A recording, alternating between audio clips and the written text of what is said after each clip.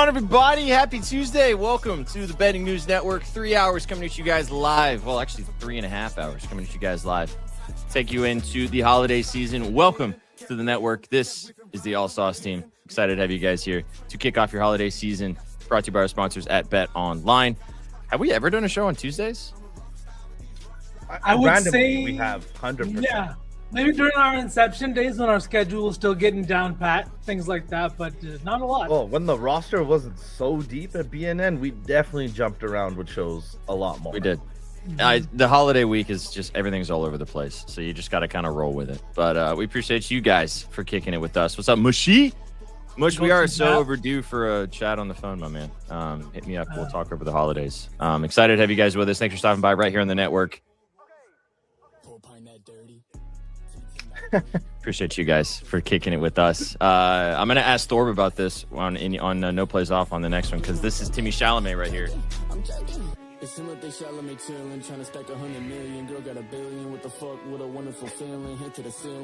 Go see Marty Supreme on Christmas Day. This is elite advertising, dude. Oh, elite. He's been on an absolute heater promoting this movie. Did you see the thing of him on top of the sphere? Oh, yeah. Of course I did. Of course I did. Crazy. It's incredible. Incredible stuff. How you doing? I moved my lunch from 2 to 3 just to sit here and listen to Viasauce tell me what under I should take so I can take the over. I've given out like 2 unders ever in my lifetime, and both chalk. Hey man, you and I are allergic to unders because every time I do it, that guy has a record like setting night, like career night. So. Are we allergic, or are they allergic to us, man? Because like I think it might be the other way around. They don't like us. Don't go read Danny's article today. Do not read Danny's article if you don't like unders. Just kidding. Read Danny's article. There's 4 hits that are going to be in that article. 4 unders, baby. The absurd amount of times that he sweeps an article full of unders is fucking ridiculous to me. Yeah, insane. I don't know, and I don't know if you know this, but according to the ledger on the AGW, he was like, not anymore, but he was carrying the squad for a little while there. Really? I knew the squad was down bad for the first few weeks and then dug themselves out of the hole, but I did not know that Danny Boy was leading the charge. Yeah. Not only did we dig, so we are now up over 18 units on any given wager for the NFL season. We were down 27 units in the middle of October. And it was mostly me and Adam just sucking ass. And Danny literally just carrying us. So we're at the point now where Danny, I think, is like 10 units positive. I'm like, I think 5 or 6 at this point, and Adam's similar to me in that regard. So we also almost swept the board last night. The only miss was Amir Abdullah. So unfortunately, sorry if you guys tailed Amir Abdullah 3 units down the drain. I got on my flight right before I got on my flight. I sat down flying to Florida, and Amir Abdullah, literally caught a pass, and it looked like he got 5 yards. Like, I swear to God, he looked like he got 5 yards. And I was like, bang. And Danny was like, bang. And then, like, literally didn't get another sniff. And I had to go on my 2-hour flight, not knowing if Amir Abdullah caught one more pass and then got landed, and I didn't get jack shit because he only caught a 4-yard pass, and I needed 4.5. Wow. Yeah. Guts are muted. So, do you guys ever get scared? Since my brain felt last night. Since he's muted, do you guys get scared a little bit with like Pablo Torre's reporting that they're about to limit prop betting? No.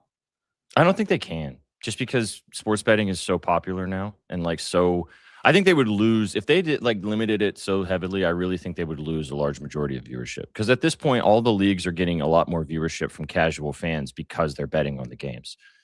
Like, and like diehard hoop heads like us, we watch NBA all the time, right? But like casual NBA fans are just waiting for a particular bet to cash. Like, and I think that would really affect their viewership of the league. So I don't think they can truly change all of that, you know? My qualm with this is, and like now that I've had a little bit of, it's the holidays, so I'm a little sauced up before we started the show, but okay, man. It's a very like American-centric way of thinking. Gambling has existed in European countries and South American countries and Asian countries for a long, long time, like unregulated, and not like unregulated, but it's regulated sports betting, and it's just how it's always been. It's weird to me here that it feels like we need to control everything, especially in a country that prides itself on being very much like uninterventional. You know what I mean? Like, why can't Yeah. we let the people could? I understand. We all sit here and we talk about responsible gambling. I'm not sitting here unaware to what gambling comes with. It's the same thing as any other thing, like alcohol or anything else. But we're not like that's not what this is. I think if you're going to let people be adults and be independent of themselves, that we can't sit here and feel like we have the authority to dictate who can gamble and who can't gamble. It's weird. Yeah. Jeff, if I wasn't here with my wife, we could maybe have a separate discussion. Jeff tweeted me yesterday talking about Abdullah, and then he said I was moving up in his power rankings because I was also on Abdullah. That was when I knew the bet was chalked. That was when. I knew as soon as I put more than one unit on it that it was chalked. No, I have actually the 2 units bang. You guys know I do not say put 2 units on something almost never. The only time I've ever put more than 3 units on something was when I bet Derrick Henry in his last Tennessee Titans football game for 5+ units, and that was the freest bet of all time. Yes, and then Cade Cunningham got ejected, which also I landed to that. Thankfully, I smacked a parlay yesterday with my favorite NBA bets, all 5 put into one. So that got the job done, which was dope. So we hit our any given wager SGP yesterday. So that's 7 show lays that we have hit over the last 7 8 days. Yeah. No, 7. Yeah. 7 over the last 7. It's the 12 days of Christmas, but it's the 7 days of smacks. You know what I'm saying? Can I say, if I had sold the AGW lay with Kendrick Bourne over 22.5 receiving yards, I would have lost my mind and I never would have shown my face in front of Adam again. Because I know Danny, I had to see him every week. I've had to deal with Packers. So I'm okay. I'm okay with Danny. But if I had to face Adam, you would have never seen me in chat again. That was it. They put me in the laysuck. It was so much pressure. I thought it was chalked when he dropped or like caught that first pass, but then they called it a drop. I thought that was when we were cooked. But then he caught the next one and he needed, I love when players do that, which we'll talk a lot about incentives going into this week. We got the Christmas Day games in a couple days in the NFL. And we got a big games on Saturday, big game Sunday. But it's starting to get to the point now where a lot of guys are cashing out every time they catch a pass or catch a touchdown. But there's some incentives at play on Christmas Day. There's some guys that, could be looking to earn a spot or earn a place on another roster next year. So I don't think the games are going to be as bad as maybe people expect. But tune into the NBA. Don't waste your time with the NFL. Yeah, we got 5 games tomorrow on Christmas Day, which we'll talk about tomorrow. We're having our betting news Betspresso Christmas party tomorrow with you guys at 5:30 or 5 o'clock Eastern. So come and hang out with us tomorrow. 3 of us will be there. We'll probably have some other homies stop by from the network to give the moves. We're going to be talking a little bit about, yes, Prindy, indeed we are. We're going to be talking a little bit about the Christmas Day games. Yes, indeed she is, Jeff. Welcome to the party. It's so funny that he picked that out after that's been her name for like 2.5 years at this point. We'll talk all about the Christmas Day games on the NBA and the NFL. Have some fun with you guys. But we have a huge slate of NBA tonight. 14 NBA games, and that's the reason why we're doing Sauce Team today. So we were going to do just Sauce Team tomorrow, but with all these games today, it felt wrong to just not sit here and gab basketball with you guys for a little over an hour. So we are going to talk through each game as per usual right here on the channel. We are doing a giveaway today, chat, so stick around with us. If you're watching us on Twitch, you will be entered. If you're watching us on YouTube or on X, thanks for being here. However, you will not be entered into the giveaway, so come and hang out with us at TV/betting news. And you will be entered into the giveaway of, I keep saying the beanie, but at this point, I don't want to send out any more. I bet more. Yeah, we've sent out like 7 this week. It's enough. I think we're good. I think we might switch to the Vibes hat or something. I don't know, something from the store. We got a lot of cool stuff in our store. Go check it out. We'll give away something in honor of. Can we get a shirt that says "I only bet overs"? Sorry. Sure. Ooh, I'll talk just a matching beanie. I only bet overs. I like that too. I will make it. What color? It's got to be opposite of red. I'll make it green. I'll let the clothing guy do his thing. Blue. The red and blue. BN. You know what I mean? Well, double dragon vibes. If you get that reference, we can be friends. If you get that reference. Need one. Oh, that's a good idea too. We might have to add 2 things. Ooh, well, I do love the football is greater than sign. I'll work. Nice. I'll talk to the graphics guy. And see somebody tell SPJ to call us Gardner because that's when he does his best lab work. Yeah, best design work. Make sure you cut the grass that day, my guy. Gardens, the grass is gonna get not cut for a week because I'm in Florida. So boys, yeah, swamp is hilarious. It's the holiday season, and I feel super good that we're doing this. Fuck yes. Me too. Me too. boys. Chat's having a good time too. Chat, let us know if you guys are working today. Hopefully you guys are off. But if you're working, shout out to you guys. We're obviously working right now, but we're glad to be working with you guys. And we're going to be talking through. Working. Yeah. Also, we have so many new people following along with the show, especially over the last couple of months. And it's been awesome. It's great when you hit bets. And that's why we do this, obviously. But it's been great seeing you guys post on the timeline when we help you hit a parlay or when we help you hit something, but also just to be here for the vibes. Really, really, really appreciate it. And I'll probably get gushy and sentimental tomorrow on the Christmas party, but nice. We couldn't do this without you guys, man. And I love it so much more. Yeah, hitting a parlay's kick ass. But I love it so much more when you guys post your winning tickets based upon us talking through stuff, because that makes me so happy. That is literally oh my god! One of the people that follows me posted a parlay that she said this helped pay for my son's birthday present, which is on Christmas Eve. GG's to that kid. That's just the best, man. That's why we do this. I think it was, posted a slip after the Packers loss on Sunday that literally just gave me life again after watching the Packers just get the bed. It was fantastic. Okay, Jeff. All right. How do you read the chat while you're talking? Well, it's your turn to talk. You're somehow reading the chat. You can't read and talk. It's you have to V's wait. Stand out. You see a V somewhere, and it's wait, that's probably my name. So Gerald's. I think Jeff is just Gerald's burner that he's just talking to himself on. Also, Gerald, amen. I hope I get invited back to the fantasy league because I made the finals. Let's go. And you're not gonna get, for that reason, you're not gonna get invited back. If I win, I'm dipping. Once you've traded picks, you're in for life. That's how it works. Yeah. Okay. Well, so Sook tried it. Oh, no one is allowed to leave. Okay. Yeah, it's a win and out. All right, let's jump into these games. 14 games tonight, chat. We are going to do a slate lay, get you guys the moves. As I said, stick around at the end of the show. We have 3 hours of content for you guys. We got us for the next hour and a half. No plays off with Adam and Thorb. No see you today. However, I will be stopping by for a second because I have a very burning question that I need to ask Thorb. So I will be sticking around for the first little bit, and then those guys will be talking all about the fun over there on No Plays Off.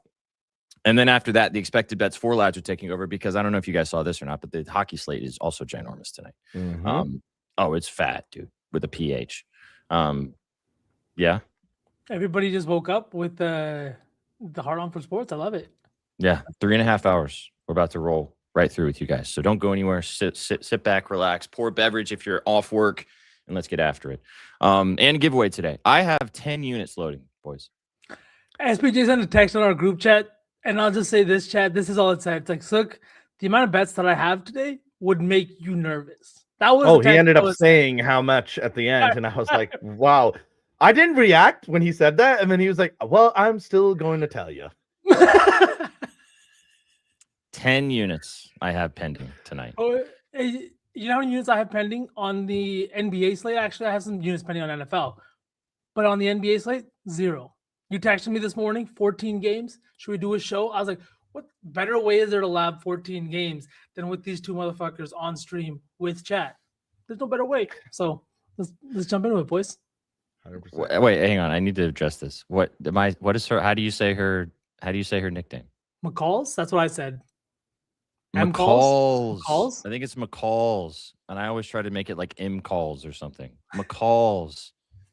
Oh my god! All right. Trust me, I'm really bad at reading names, so just don't get mad at me. But appreciate you. Is it McCall's? Is that how you say it? She's gonna answer in a second. Let's defeat poverty. Oh, Jeff, welcome. Yeah, welcome to the show. Osteotic does that by himself. Today we will do a slate lay. So we will pick one play in every game, and there's 14 of them. So we will be doing that today. And yeah, who knew, right? I'm just good at other stuff, man. Reading is optional. Okay, whatever. I got my disciples. I think if you can walk on water, reading's kind of beneath you. Or turn water into wine. I mean, I would never disrespect you this way, McCall's. You are now McCall's to me. McCall's. What's your real name, McCall's? That's what we need to know. That's just doxer real quick. No, just kidding. Yeah. I mean, Jeff. B dot. That's B dot's legal name is B dot, of course. Gerald. Absolutely. Chew. Chewy. Yeah, that's Chewy's real Chewy. name. I don't. All right, boys. All right, let's get to it. All right, let's go to the first game. You guys are gonna have to keep me on track because there's a lot going on. Magic taking on. That's so late. Why are we going to that game first? Why is that loaded at the top? What am I doing? All right, let's go to get another beer. He needs one. Stat. So bad. Hang on a minute. Wait, where is this game? I'm missing one. No, I'm not. Yes, I am. No, I'm not. I got it. Wizards. There we go. Taking on Charlotte Hornets. In Charlotte tonight, 5-point spread, 5.5. Big total. We got a lot of big totals today. A lot of these teams aren't going to be playing for like 4 or 5 days, and I think we might see some bangers tonight, boys. Now, one thing I will say is, as we talked about, there are 10 teams playing on Christmas Day. So keep that in the back of your noggins. We'll try to mention some of them as they come up because I think some players might end up sitting out because they're playing on Christmas Day. But we'll get to that. That doesn't apply to this game because neither one of the people don't want to watch these two teams on Christmas Day. However, we want to watch them tonight. The Hornets taking on the Wizards, 232.5 point total. I got to play in this game, but I want to know what you guys think. Any thoughts here on the Hornets and the Wiz? I really want to tap that Washington money line. I don't have any official plays in this game. I looked at a lot of the lines. I think Kai Sean has a chance to play well because the Charlotte Hornets give up a lot of assists, and him playing that small ball 4 spot is very good.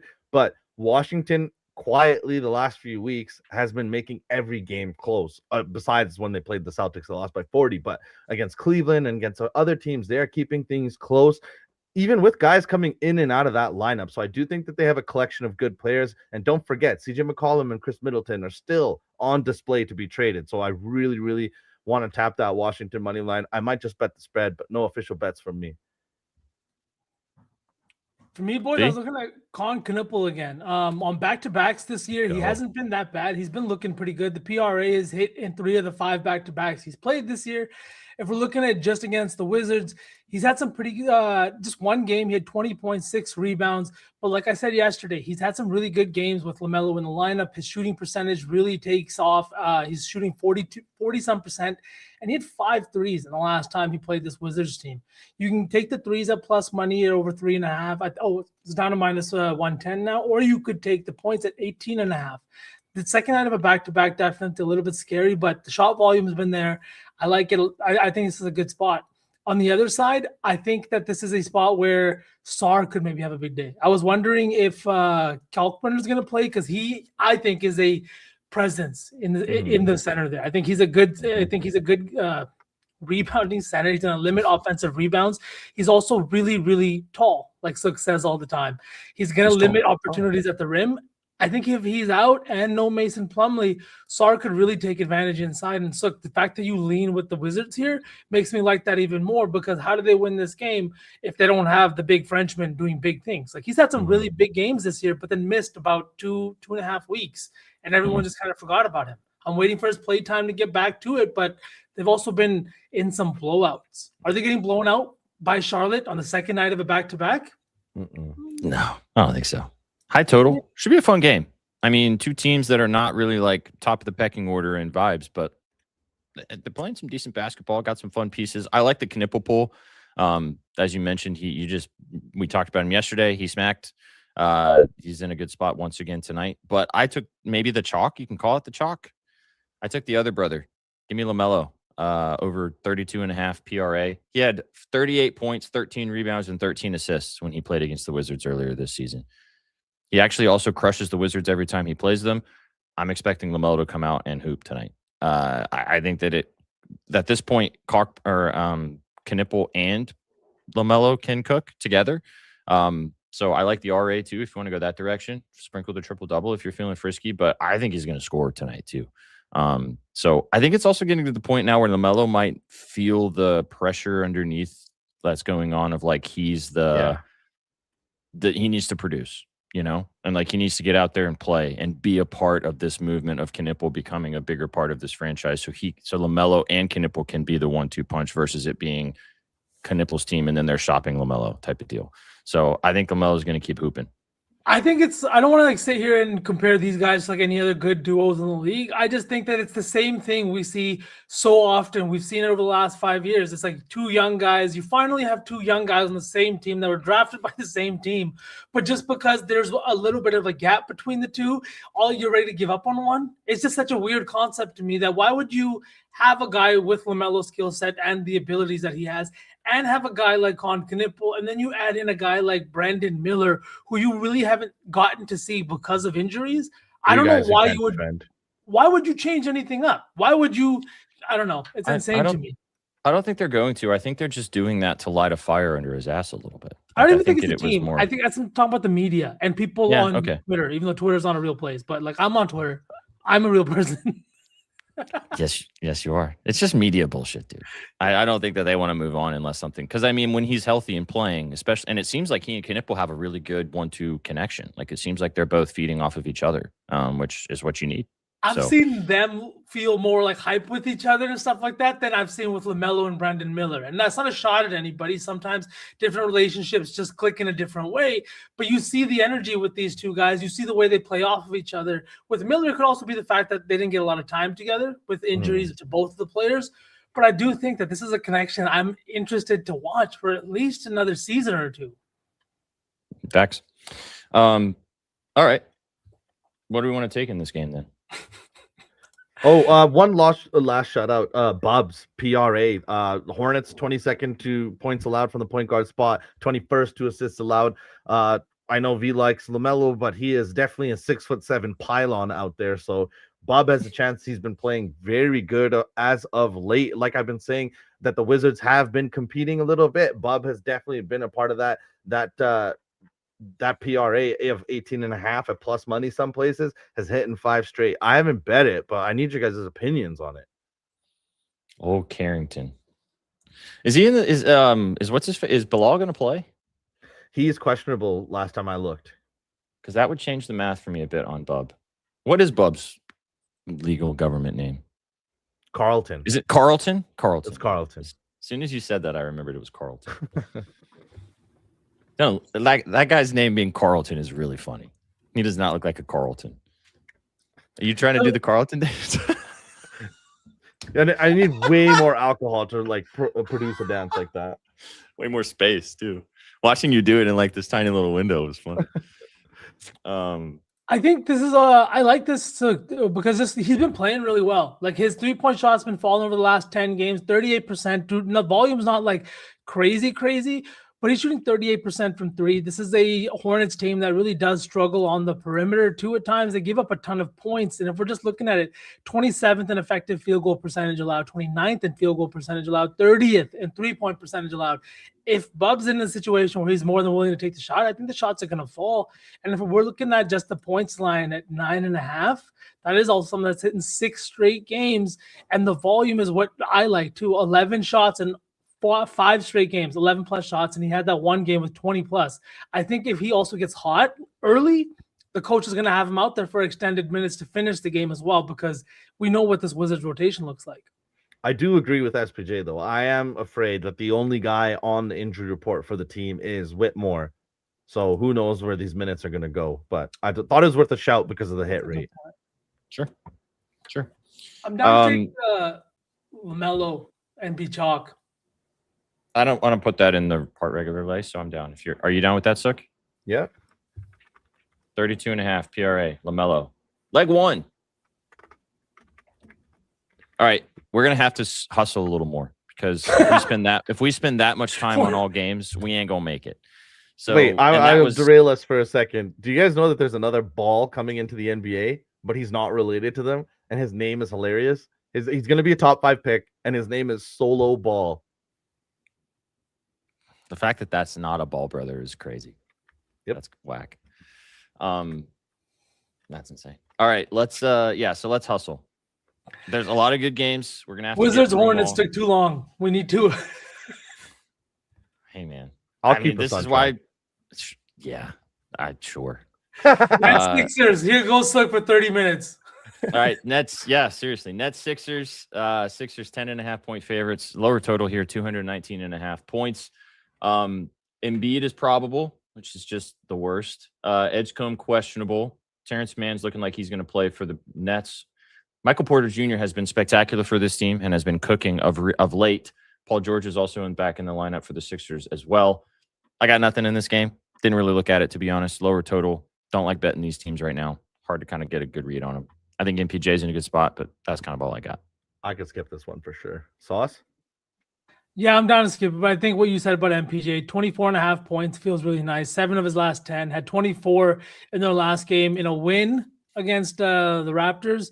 They've been playing teams a lot closer than you think. They had that big win over Milwaukee, and I don't know. He's just been shooting the ball really good. And I hate to bet on this guy, but 24.5 feels nice. He had 17 rebounds the last time they played, which is pretty crazy. 17 points, which was kind of a bad shooting night for him with how he's been shooting the ball recently. So there's probably, honestly, we don't have time again.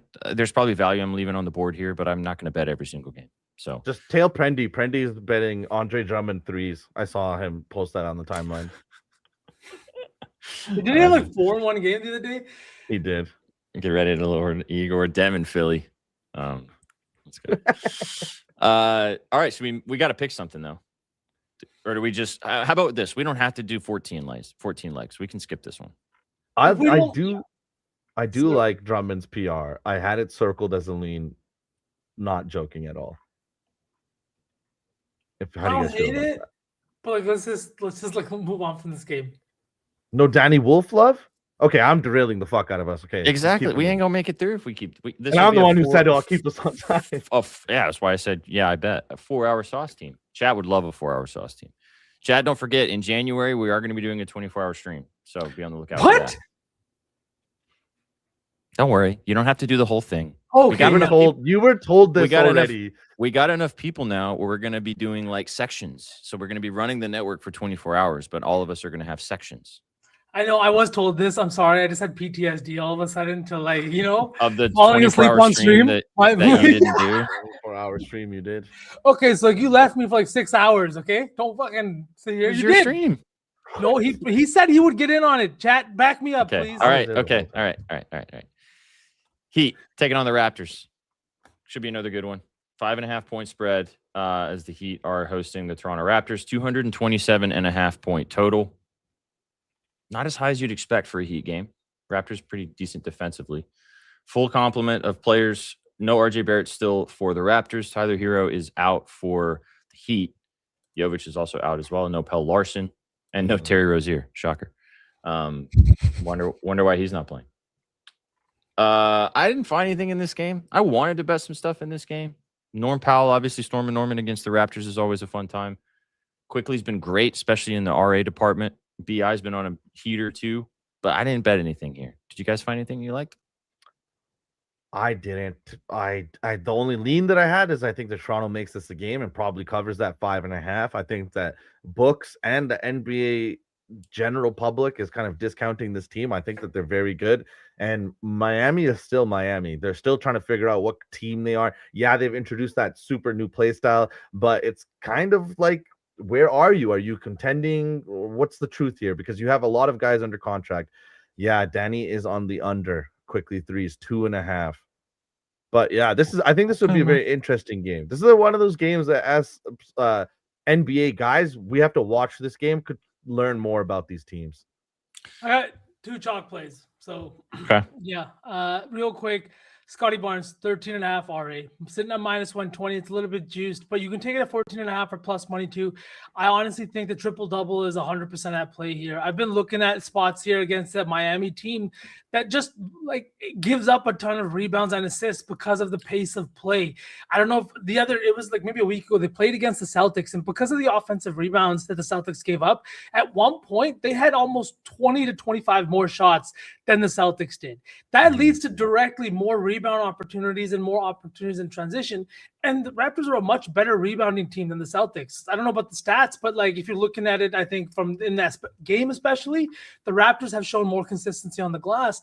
Scotty has also hit this in 3 of his last 4 against this Raptors team. They're playing at a much faster pace, which is also going to result in more shots and more scoring opportunities for a Raptors team that has been scoring at a high clip. They also give up a ton of points, and I think that for that reason, I'm going to bet the chalk on Norm Powell. Back-to-back games, 21 and 17 shots. He shot below 45% in both of those games.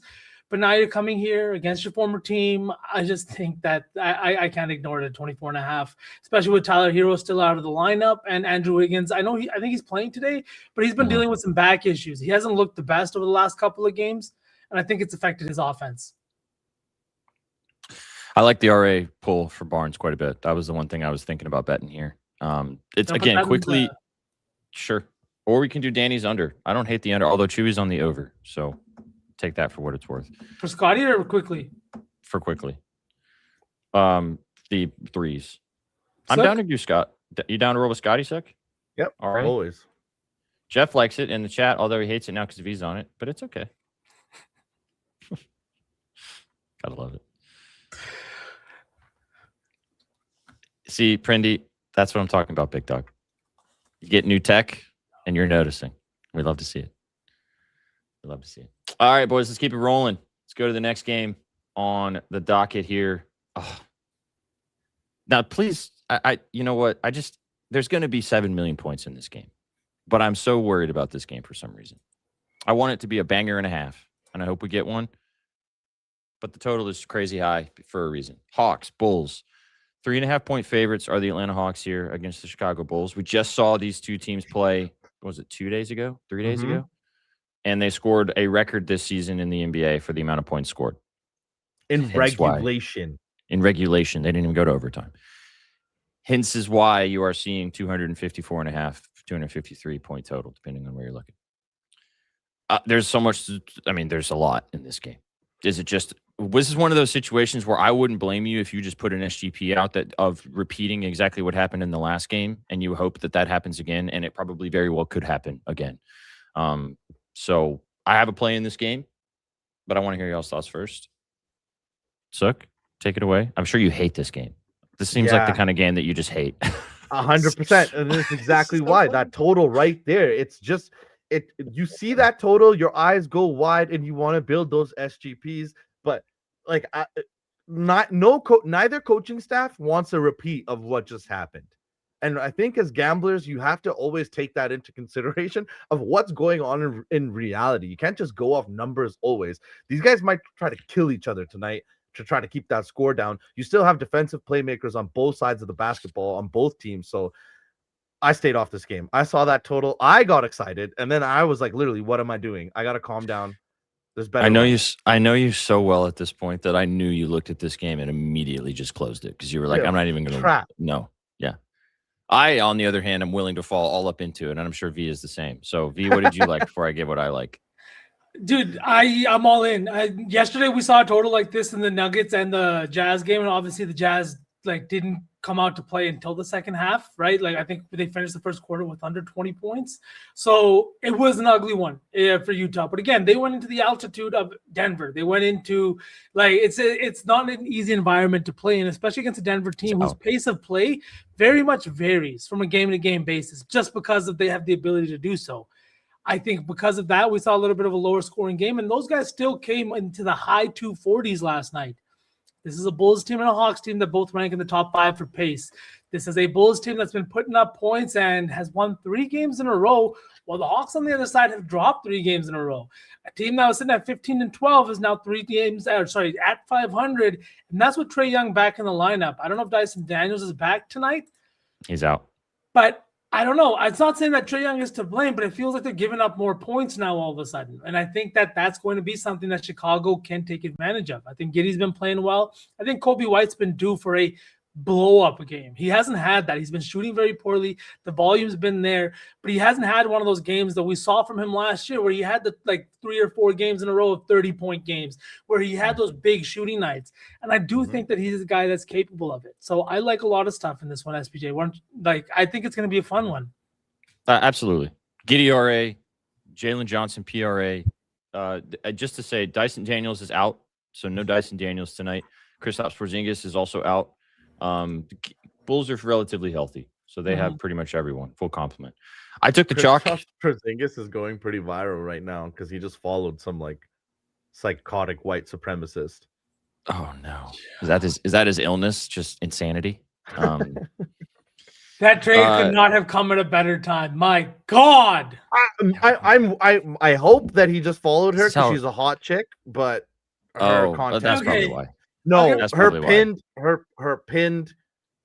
pinned thing on X is 100% white I was supremacy. going to Is say this- there's like 12% chance that that's what it is, SPJ. I appreciate you trying to make me feel better, but Sook is this is the type of stuff that you find in Reddit holes, isn't it? Yeah. Yeah. Wow. I took the chalk. I hate betting Okay. Trae Young, but I took Trae Young in this spot. I took his PRA. The PA where I'm at in Florida was way juiced at the number that it's at right now, so I just went with the PRA. He's probably gonna grab a couple rebounds. They'll stumble and fall on his lollipop head, and he'll figure it out. But I don't understand. He has dominated this team in their last 5 games. He's played them twice this year already, even though he's missed time. Obviously, just had 35 points and 9 assists in their last game. But in the game earlier this season, before he was out on the 27th of October, he had 21 points and 17 assists. He's hit this line in 4 straight games against the Bulls. Great success against this team.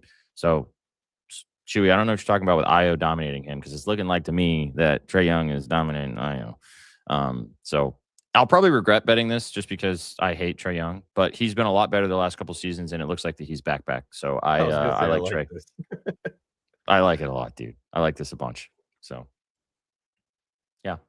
But again, I could not talk you off Jalen Johnson. I could not talk you off Giddey. I could not talk you off Kobe White. Buzelis just had a fantastic game against this team, 20 points in back-to-back games. His points line was something I was looking at. Nickeil Alexander-Walker had a bad shooting night against the Bulls. He's probably going to bounce back again. So this is just one of those games that we could look up, and there's just a lot of stuff smacking here. So Yeah, then make sure you include Ricochet then. attention. That's what I was going to say. Exactly. So what you just said is Ricochet is that both of these kids were drafted in the exact same draft. Ricochet went first. Matas went, I think, 9th or 10th in this draft. But both guys are high picks in that 2024 draft, and I think that both guys have played well against each other. We see with Matas with 16-5 this year against them, then 28-3 in that game. I think he was like a perfect 4 for 4 from 3 going into the second half too. So it feels like there's a little bit more to these games, because if you look at Ricochet's numbers, they're just as good too. He's hit this line in 3 of 5 against this Bulls team. He had one bad game, but he also only played 20 minutes in that one, took 5 shots, and he followed that up with 17-2 just a couple, like 2 days ago. mm-hmm. I don't know. Could this be a duel of 2 sophomore kids going head to head, and a matchup that they're going to see quite often here in the Eastern Conference? Mm-hmm.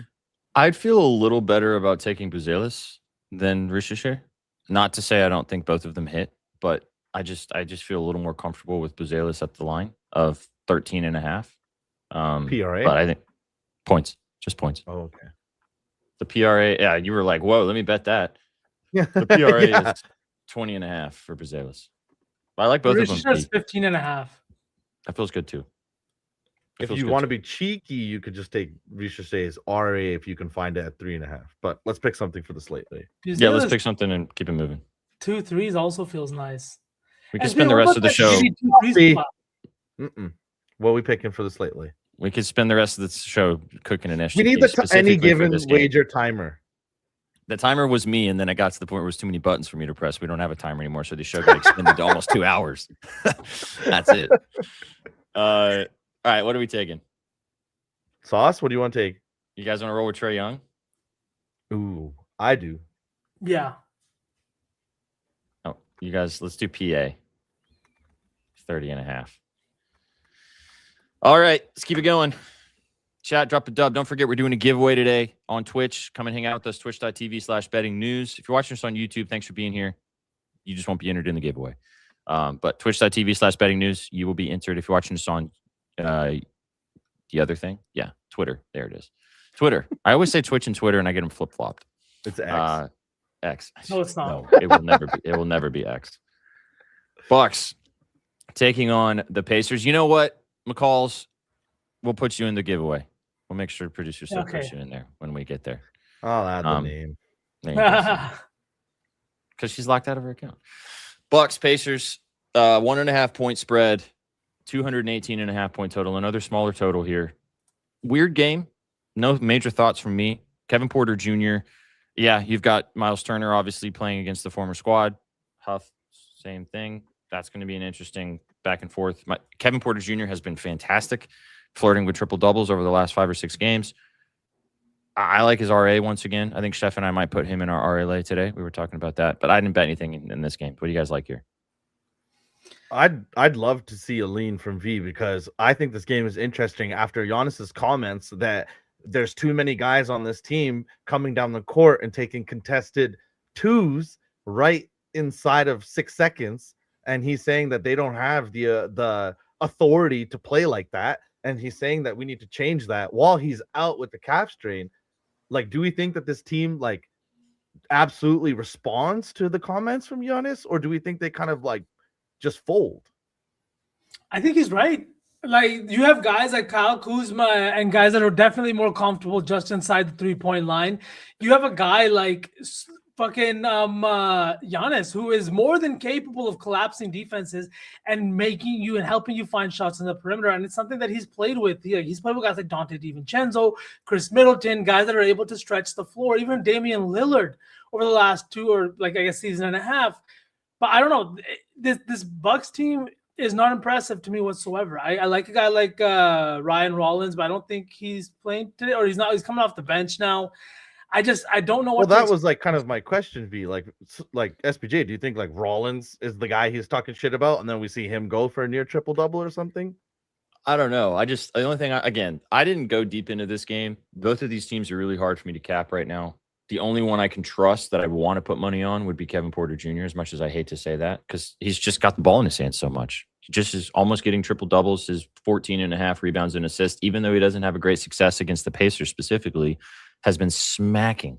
I mean, hitting 4 of his last 6 games, back-to-back games with 17 and 19 RA. Again, no success against the Pacers, but that was all no Giannis and all that stuff. So, I mean, like, that was the only thing I liked. Everything else, just I didn't even look at this game for too long. I didn't love anything here. Yeah, me either. Low total too. Yeah, the Pacers just take the Pacers on the spread. They're 8-4 in their last 12 as an underdog. I ain't opposed to just skipping this game, man. Yeah, let's do it. Let's just skip it. All right, let's keep it rolling. Yeah. They're on the second of a back-to-back too. 2 teams that are not going to be playing. Are the Bucks playing Christmas Day? No, they're not, right? No. I don't think so. I don't think they are. Imagine if anything, they would have loved to have the Celtics playing on Christmas Day, but too bad. Too bad. Yeah, no, they're not playing. You don't watch JB like put his stain on people. Have some respect. That's the MVP. That's the MVP. Nobody has more 30-point games than him except Shea. Just saying. You guys ready? Look at this. You roll my eyes as big as possible. So we will do the slate lay you're seeing scrolling at the bottom of the screen. ET for sale will not be posted on Twitter. However, the Saucy 4, which will be our 4 favorite plays from the entire slate, will get posted on Twitter later. So be on the lookout for that if you want to get after it. Jeff, don't even get me started on the C's, my brother. You might have to find a new team. you will, Jeff. You may never watch the show ever again if that happens. We have 4 Celtics fans at BNN, and we're pretty calm. We could definitely be way worse. No, I'm just gonna move past that. Cavaliers taking on the Pelicans. Cavs 8.5-point favorites here. Huge total in this game. It's gonna be another fun one, as long as the Pelicans stick around. 245.5-point total in Cleveland tonight. Pelicans have been low-key fun. They are not winning basketball games, but they've been fun to watch, fun to bet on. Lots of different guys worth talking about. And the Cavs should probably cook them because the Pelicans are terrible defensively. I got something in this game I like, but there's a lot to like in this one. So, Sauceman, take it away. Just don't talk about the Celtics for like 2 minutes. I honestly, man, Derek Queen has been playing such good basketball. It's hard to ignore him, right? Especially in the absence of Evan Mobley for this front court in Cleveland. I don't know. Do we keep riding with the kid? Because, dude, he's doing everything. He's bringing up the ball. He looks comfortable off the dribble. He looks comfortable in the post. I just don't know, like, at what point is Jared Allen the matchup that gives him a little bit of problems? Is this the guy in the paint that makes it a little bit more difficult? On the Cavs side, Darius Garland right now is questionable to play. I think Donovan Mitchell could have another big game, but I'm always afraid of a little bit of a blowout here with New Orleans. I know they've been feisty, but how long does it really last? 5 straight wins, boys. They've completely changed their play style under Borrega, who's a good coach, brings a lot of European style look at the game. He's even got Zion coming off the bench. He's really got this team to buy in, and I do think that there's a few things that you could look at this game. I'm no official plays, but I definitely think my boy Jalen Tyson has another opportunity in this one with a lot of switchable guys on the Pelican side. He might see some extra minutes. His PRA has missed the last 2 games, but it's low enough now because of the 2 misses that I might take that. And the other one is Trey Murphy. He's exceeded his 24.5 points and assists in 4 of his last 5 games on the road. Trey is an incredible athlete, and I think he's a very bad matchup for a number of these wings in Cleveland. Yes. Love everything you just said. Love the Derek Queen play, the PRA especially. You like take the RA, you can want V, or if you want V. Also, he has double doubles in 3 straight games. His double double was like plus 230 a little bit earlier. So with no Mobley, like you mentioned as well, Sauce Man, I think that's an opportunity for another nice little plus money snipe if you want to go that direction.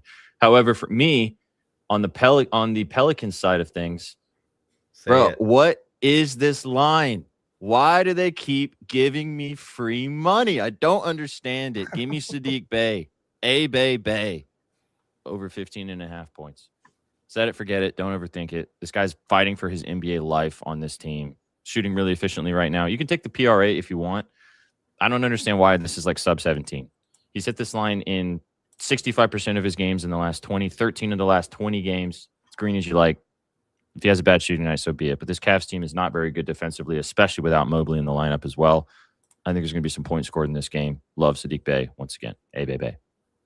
Yeah, I like Fears in this one too. Honestly, I thought you were about to give us Fears PRA. I think that's a very comfortable number as well. Guy's been fantastic, and like Vsauce likes to do, you fade that Cavs backcourt on defense. Yeah, dude, we can make this happen. We can figure it out. This is probably going to be another fun SGP game. I think Darius Garland's he's questionable tonight, so he might sit, but he's been cooking with the rumors that he might be on the trading block. Maybe he's trying to show off how good he can actually be as a number 1 option. Donovan Mitchell, I would not be surprised if he came out and dropped a 30-piece on this terrible Pelicans defense. So lots to like in this game. A little bit intriguing to me just because of how bad this Pelicans perimeter defense has been. A guy like Dean Wade, now obviously his volume is going to be a huge question mark, but he's sitting at 2+ threes for plus 140. He just had 4 against Charlotte, another very bad perimeter defense. If Darius Garland doesn't play, he took 7 threes in that one. And this is a Pelicans team that is not only 28th in threes allowed, 27th to the shot guard position. And it doesn't get any better because a lot of those threes are wide open. We saw Clay last night. He had 4 threes in the first half of that game. Now, he didn't do anything in the second half, really, but he had 4 threes in that first game because all of his shots are like practice level shots. A guy like Dean Wade enters the starting lineup and is playing, 25, 27, 28 minutes in back-to-back games. I don't know. I kind of like this spot for that much plus money. Yeah, I looked at his points. He's definitely a boomer bust type of guy. And if you like him, just ladder it to the moon because you can hit 4 or 5 shots and you're chilling. All right, let's keep it rolling. We got to keep going. What are we taking in this game? I like the Queen RA. Obviously, I'm not going to put Sadiq Bey as my saucy play if you guys want to roll with Sadiq. I like the Tyson play as well. Lots to like in this one. I do Queen like RA Bey. feels. You want to go Bey? Yeah. Yeah, Bey. All right. Sadiq Bey. Let's take 15 plus points. Okay. For 15 plus. Okay, let's keep it rolling. And yes, McCall's, that is a play that I have, and we'll get there in that Kings game because that line is just too low still. Sprinkle the double too, but we'll talk about it in a little bit. This should be another fun one. Nuggies taking on the Mavericks. Now, this is a game where it should be mentioned. The Denver Nuggets, I'm almost positive, play on Christmas Day. So just remember that it's not a back-to-back. There's no games tomorrow, so you do have that chance. But the Nuggets just played last night as well. So maybe we're going to be one of those situations. We do have a Discord. We do post all of our plays on Twitter as well, and we have a website, bettingnews.com. It's all for free. You can follow us over there. Follow us on Twitter at Your Betting News. That's where the parlays will be posted as well. You can follow all of us on Twitter as well at Sweatpants Jesus, at Jessuck, at Vsauce with 3 A's. Mavs, Nuggies, 6.5-point dogs are the Mavericks. Nuggets 6.5-point faves. As you mentioned, V blew out the Jazz yesterday. Ended up getting the job done. 236.5-point total. Again, lots to like in this one. Lots of props stand out to me. Sauceman, I'll let you kind of lead us off, dude. What do you like in this one? You like the chalk again? We're going straight back to Murray. Jokic in a good spot. What are we thinking? Man, he burned us last night, but he had 6 assists. I think it was 5 assists going into the fourth quarter, but they never played in the fourth. It was the game got kind of out of hand for them. They won very handedly. I think this is going to be one of those things where I'm really worried about everything you just said. Are they going to play today because of the game on Thursday? Are they going to play today because of the way that yesterday? Well, I think they will, just because it was a blowout. They didn't play the fourth quarter, and this isn't the Denver team that is known to rest their guys, right? Regardless if it was Mike Malone behind the bench or if it was somebody else, they don't rest their guys. They play out there. They would even play fourth quarters, and I think that this is one of those situations where Denver's going to come in and play with that exact same intensity. I think the Jokic triple-double could be at the table once again. He had one last night. But outside of that, no official plays for me. What about you boys? I'm looking at Cooper, but it's scaring me that the line is where it is, that he's consistently hit that RA line, but it's at 8.5 against the Nuggets today. I don't know if they think that Aaron Gordon is going to bottle him up or what's going to happen, or maybe Peyton Watson's going to get up and under him, but I don't know. I really wanted to bet Cooper flag, and then I got sussed out. SPJ? Well, Aaron Gordon's out. No Christian Brown still. You think because of back-to-back? Back-to-back, possibly. Max Christie's doubtful, so he's not going to play. So if you're sussed about Cooper, Suck, just take this guy with me. Which, again, this line is a joke. What are we doing with Najee Marshall? Over 21.5 PRA. You can just take the points if you want. It's 13.5, which it has hit. And it's hitting 9 straight games and 9 of his last 10, 8 straight games. There we go. Not really a huge volume shooter. We talked about this before, but he's going to score. I want to rope in the RA though, because he's been grubbing on the glass. He's been facilitating with no Christie in the lineup. He's going to play 30 to 35 minutes. J-Kid loves him. He's just a hooper, dude. Like, he gets out there and plays. And against the Nuggets, they're going to want to run in stretches. He's hit this in 3 of his last 4 games against the Nuggies. I like the PRA a lot. I like the points too, but I think Najee's in a good spot. I've been betting him and Bay a lot recently, and they've been cashing me out, so they're due for some regression, but I'm just going to keep doing it until they move the lines. Yeah. So, I like Najee a lot. Is also, that be your saucy lay? No, I have some other stuff I like even. I told you I have 10 plays today, dude. I got stuff. You want to do Najee Davis in here then? Sure, we can do that. Anthony Davis also had a great game against the Nuggets earlier this season. He also is coming off a huge game last night as well. Very good game. So maybe if you believe in AD, hard guy to bet on, but he could have a good one. Jokic also, as we mentioned, had a good game against the Mavericks earlier this season as well. So this is another game where you could look up and there could be a shit ton of points and a lot happening. But again, I like your point of both these teams play on Christmas. So we might see some janky rotations. Yeah. Also, let me flip. Did we flip the thing? There we go. Yeah. All right, let's pick something. Sauceman, you all right with taking Najee? Najee Marshall? I am, yeah. I was just gonna say Najee or even Cooper. I know you're Sasuke, but back to back, I think maybe that's influencing the line a little bit, but I like Najee. Let's just do that. If there's anybody that can still play, it's him. I agree. I think it's sometimes people think they overvalue not having done a lot of back-to-backs versus the kid's 18 years old, man. He can play ball. He can hoop night after night. Let's take Najee. You guys are let's do it for this. Let's just go the points. I don't know if we don't have to put the PRA in here. I think the points at 13.5 is fine.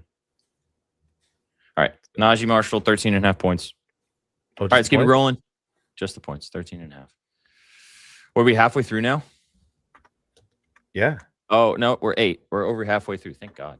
Got about 34 minutes. Let's keep it rolling. Somebody say halftime? Halftime? Yeah. As you ran away to get a snack too. You dirty dog. You noticed? You came back with it like in your mouth. Like, sure. Timberwolves taking on the New York Knicks. 7.5-point favorites are the Timberwolves here. 229.5 point total. Fun game. Lots of narrative here, as per usual, when these two teams go head to head. Let me flip the thing here. We've got the DiVincenzo angle taking on the former team. You've got the Randall angle taking on the former team. You've got Cat taking on the former team. No Jalen Brunson tonight. That's why we're seeing the 7.5 point spread. So Tyler Kolek will get the start most likely for the Knicks. No OG Anunoby either. No Miles McBride. They got a lot of guys that are sitting out this game, probably because of the Christmas game. I think the Knicks play on Christmas, don't they? Yeah. The Knicks do. They host the Cavs. There you go. So that's probably why Brunson's sitting out this game, so he can play on Christmas Day. Ant is playing, so he's been in and out of the lineup, but he is back in this game as well. I got to play like a lot in this one. And you know what? I'll just go ahead and start us off. Let's go. Dante DiVincenzo. Give me Dante. I love DiVincenzo in this spot. Over 22.5 PRA. Hitting 4 of his last 5 games. Sauceman probably knows because he's been betting on him too. Been shooting the ball really well. Nice from 3. But this is also, again, the former team angle. Playing against the former squad. He always shows up to play the Knicks. He had 21, 3, and 4 in his last game against the Knicks earlier this season. And in the game last year against them, he had 15, 6, and 3, getting over his PRA in both of those games. Good rebounder, facilitating, a little bit of everything. Really like DiVincenzo here at 22.5. So, be the PRA. I like that a lot, SPJ. This is one gonna sound weird. I like DiVincenzo quite a bit. I can talk about this perimeter defense with the Knicks so much. They've been so bad on the perimeter, and they're giving up a ton of wide open shots.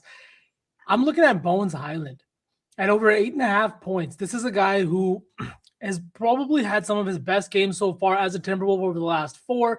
He's at 18, 12, 13, and 9 points. The last 2 games, he's only played less than 20 minutes in both of those games. Now he's going back in the lineup, back in the starting lineup with Jaden McDaniels out. And I think that this is a spot where he could once again thrive. 2 games before that, he had 35 and 34 minutes played, again, within games where we're seeing injuries. Guys like Anthony Edwards were out. Guys like Jaden McDaniels missed games. And he's coming off one of his best nights. He shot that was 4 of 6 from 3 against OKC. He had a bad night against Milwaukee. But this feels like against the perimeter defense of the Knicks in a perfect spot here at home right before Christmas Day. I think 2 threes or even the 8.5 points feels really nice to me. I like it. Just answer this question from ET for sale. So what we're doing at the bottom is a slate lay. So we're going through every game. We're picking our favorite play in each game and putting it together for just a little fun parlay. Put a cup of coffee on it, $1, whatever. All of these are straight bets, though, that we all have individually that we're talking about that we bring up on the screen. And at the end of the show, we will be doing a parlay, which is our 4 favorite plays called the Saucy 4 that you can ride as well. But all the plays we're talking about individually are straight bets that we're betting. Sometimes we're talking about them, but we'll let you know when we have something specifically bet on.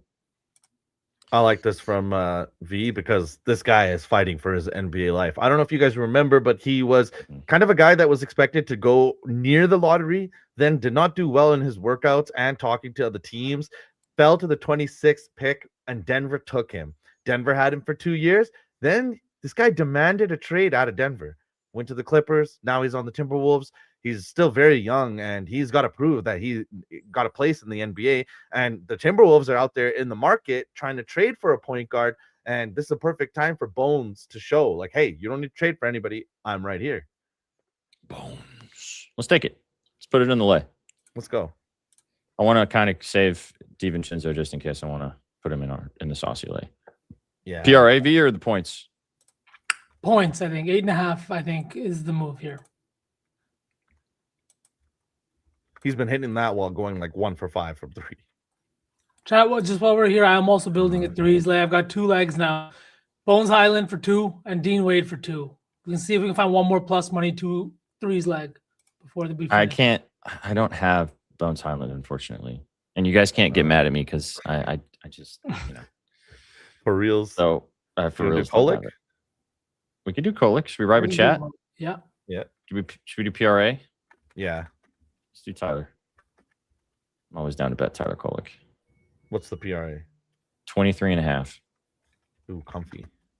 Yeah, hitting. Also, All right. Jordan Clarkson. They have to replace 30 points tonight. Jordan Clarkson has the greenest of green lights. He's definitely in play for whatever you can find that you want to take. That green light is permanently green, whether they want it to be green or not. He always has his own green light. I mean, you watched so many Jazz games last year. Dude was just, I have the ball, must shoot. Hucking. I mean, he was making a lot of them. So shout out Jordan Clarkson. He's a hooper, but that guy's green light is permanently green. Appreciate you, Ron. Appreciate all you guys, man. Again, holiday party tomorrow. If you want to stop by on the network in the afternoon, drop the vibes. Also, if you're feeling so frisky, subscribe to the channel on YouTube. Follow us on Twitch, please and thank you. It helps continue to grow the channel. And if we've helped you make some money over the last month, or as long as you've been a part of the channel, subscribe to the channel on Twitch. Drop a sub. Helps us out. Although the content will always be free for you guys. All right, let's move. A couple more games to get to. All these last late night games are going to be awesome. Thunder taking on the Spurs. 6.5-point dogs are the Spurs. This is obviously a rematch of the semifinal game to get to the NBA Cup final, which the Spurs ended up taking care of business. I think it's still up in the air that Victor Wembanyama is going to play in this game. He's questionable. I think Wemby sits because, again, both of these teams play on Christmas Day. So I think that Wemby's going to save himself for Christmas Day so he can play almost a full again. Almost a full complement of minutes on Christmas Day. So I took Stephon Castle in this game because of that. I think the line is going to probably end up moving a skosh when Wemby gets ruled out eventually. If Wemby plays, Wemby plays. But I'd be surprised. I think they might take it easy tonight on him and let him have almost a full game Christmas Day. So I took Castle's PRA. 27.5 is the line I got for Castle. I don't need to tell you guys too much on it. He's been fantastic. Actually, it's 28.5. 11, 5, and 18 against the Wizards in their last game. He had a great 2 back-to-back games against OKC. Was great in that cup final, semifinal game as well against them. So I like Stephon here. Yeah, I took a play in this one. I took Jalen Williams just for 2 stocks. This is a number that should be 2.5, and it will be 2.5 as we move on in the season. And just like SPJ just articulated, they are worried about Christmas Day. They got to put a show on Christmas Day, but these two teams dislike each other. There's a dislike here that's so deep-rooted that neither team is willing to admit how bad it is. And then you see someone miss a free throw and Wemby screaming at Holmgren's face. So I think Jalen Williams, a guy who missed the start of the season, he's got fresh legs. So give me his 2 stocks because I played this last year at 2.5 minus 130 for the whole season. And now I'm getting 2. I'm very happy about it. I like that in this play. Coming off a goose egg in the stocks department last game. Yeah, 4 steals. I think this game's going to be fun, man. And just to one of the best things that OKC does is isolation. And it's not like their offense relies on isolation, but they also have one of the best isolation, if not the best isolation scorer in the game, and J-Dub, who is a really, really good isolation scorer in his own right. But this is a Spurs team that is top 5 in isolation defense. This is a Spurs team that has been fantastic at defending individually, not just ISO, but they have the individual guys because they have guys like Devin Vassell and then Keldon Johnson coming off of the bench, Harrison Barnes, and then Julian Champagny, and a guy like De'Aaron Fox, who's always had very, very active hands. I think this is going to be a fun game. I think the total is also showing us a little bit that, hey, the Spurs defense is getting a little bit of credit here and a little bit of, respect. I think Shea is chalk as it sounds after the way that the cup game went, after the way that all this kind of stuff went. It feels like back-to-back 35-point games against the Spurs tonight and on Christmas Day for Mr. SGA. Because he's also about to play his first Christmas Day game. So good did they play last year? Ooh, I don't know. They might have played last year. I mean, it's Shea. I mean, he's probably going to score. If this game stays relatively close and he plays the fourth quarter, he's probably going to score 30 to 32 to 35 points, and his line's sitting at 31.5. So he did not play last year. He did not. Yeah, he's in the first Christmas Day game, and he's not the type of guy to be saving it for Christmas Day. He's the type of guy, hey, 70 points during Christmas week. You know what I mean? I like that spot. I think he could thrive a little bit. So hear me out. I think it's one of those situations where, and we've talked about this before, could totally see SGA having 35 points tonight and Christmas Day. If SGA has a bad night tonight and doesn't hit his points line, just take him on Christmas Day. Then double down. Fuck it. Yeah, just take him on Christmas Day. All right, what are we taking in this game? I like the J-Dub look. The stocks? But not everybody can take stocks. It's not usually widely available. It's the slate lay. It's okay. Yeah? Mm-hmm. Oh yeah, it's just one leg. You can parlay stocks with everything else in a slate lay. Yeah, and you can also chat usually picks their own stuff anyways if they're tailing the slate lay. Where's this game? There we go. So stocks, right? For J-Dub. 2 does feel low, man. Yeah, especially because I'm telling you, these guys hate each other. They asked Chet the other day, they're like, oh yeah, have you ever had any conversations with Wemby? He's like, our paths have never crossed. Motherfucker, you guys have been playing against each other since you were 14 on the international stage, day after day after day, and everyone's ESPN's been talking about you guys since you were fucking teenagers. Like the same fucker hate his guts. Wemby's just being petty. And I don't know if I'm gonna wait and hold my reservations on if I'm here for it or not. It's starting to get a little annoying. It was a little cringe when he said, when I come back, I'll be the best player. Like, are you sure, my guy? Yeah. The ethical hoops thing kind of got me on this team. I was with it, but that's because I'm a hater. He's a Thunder hater. I am too. All right, 4 more games. We got about 23 minutes. We are doing a giveaway today, chat, as a reminder. So come and hang out with us on Twitch, twitch.tv/betting news. We got a little over 1,000 you guys watching us across all platforms. Thanks for being here on the 2 days before Christmas on this beautiful NBA slate tonight, right here on the Betting News Network. All right, Lakers, Suns. I don't have any major thoughts on this game. Lakers aren't really playing anybody. LeBron is playing. Austin Reeves is also playing, so that got confirmed. He was questionable earlier. So the line for this game has substantially moved. It was 6 because the books were thinking that Reeves was going to sit out. However, it's been confirmed that Austin Reeves is going to play in this game. No Luka Doncic. He's still recovering from that left leg bruise. I think he probably is going to play on Christmas. We'll see. Suns, Booker back. Brooks obviously has been really good as well. Yeah, I ain't got nada here. I didn't like anything in this game. I actually stayed off this game as well because I just want to watch it and enjoy it and have all the chaos, because I think that this will be an absolute banger. Chaos. It's not even the D Brooks and the LeBron thing. These two teams are rivals historically, so I'm excited for this one. If I do get to the window on anything, I think I might just take the over and hope for some banger of action. So I'll say it. I'll say it. You're cowards.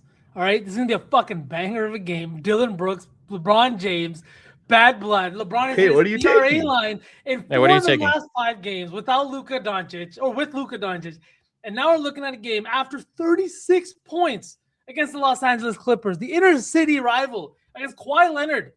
36 points. That's what this guy did at 40 years old. Come on, LeBron. Against Dylan Brooks, he is going to cook today, boys. A 36.5 PRA is sitting right there. If you wanted just the points, just do that. And then on the other side, of course, I'm betting Dylan Brooks at 20.5 points. Of course I am. He's going to take 30 shots today.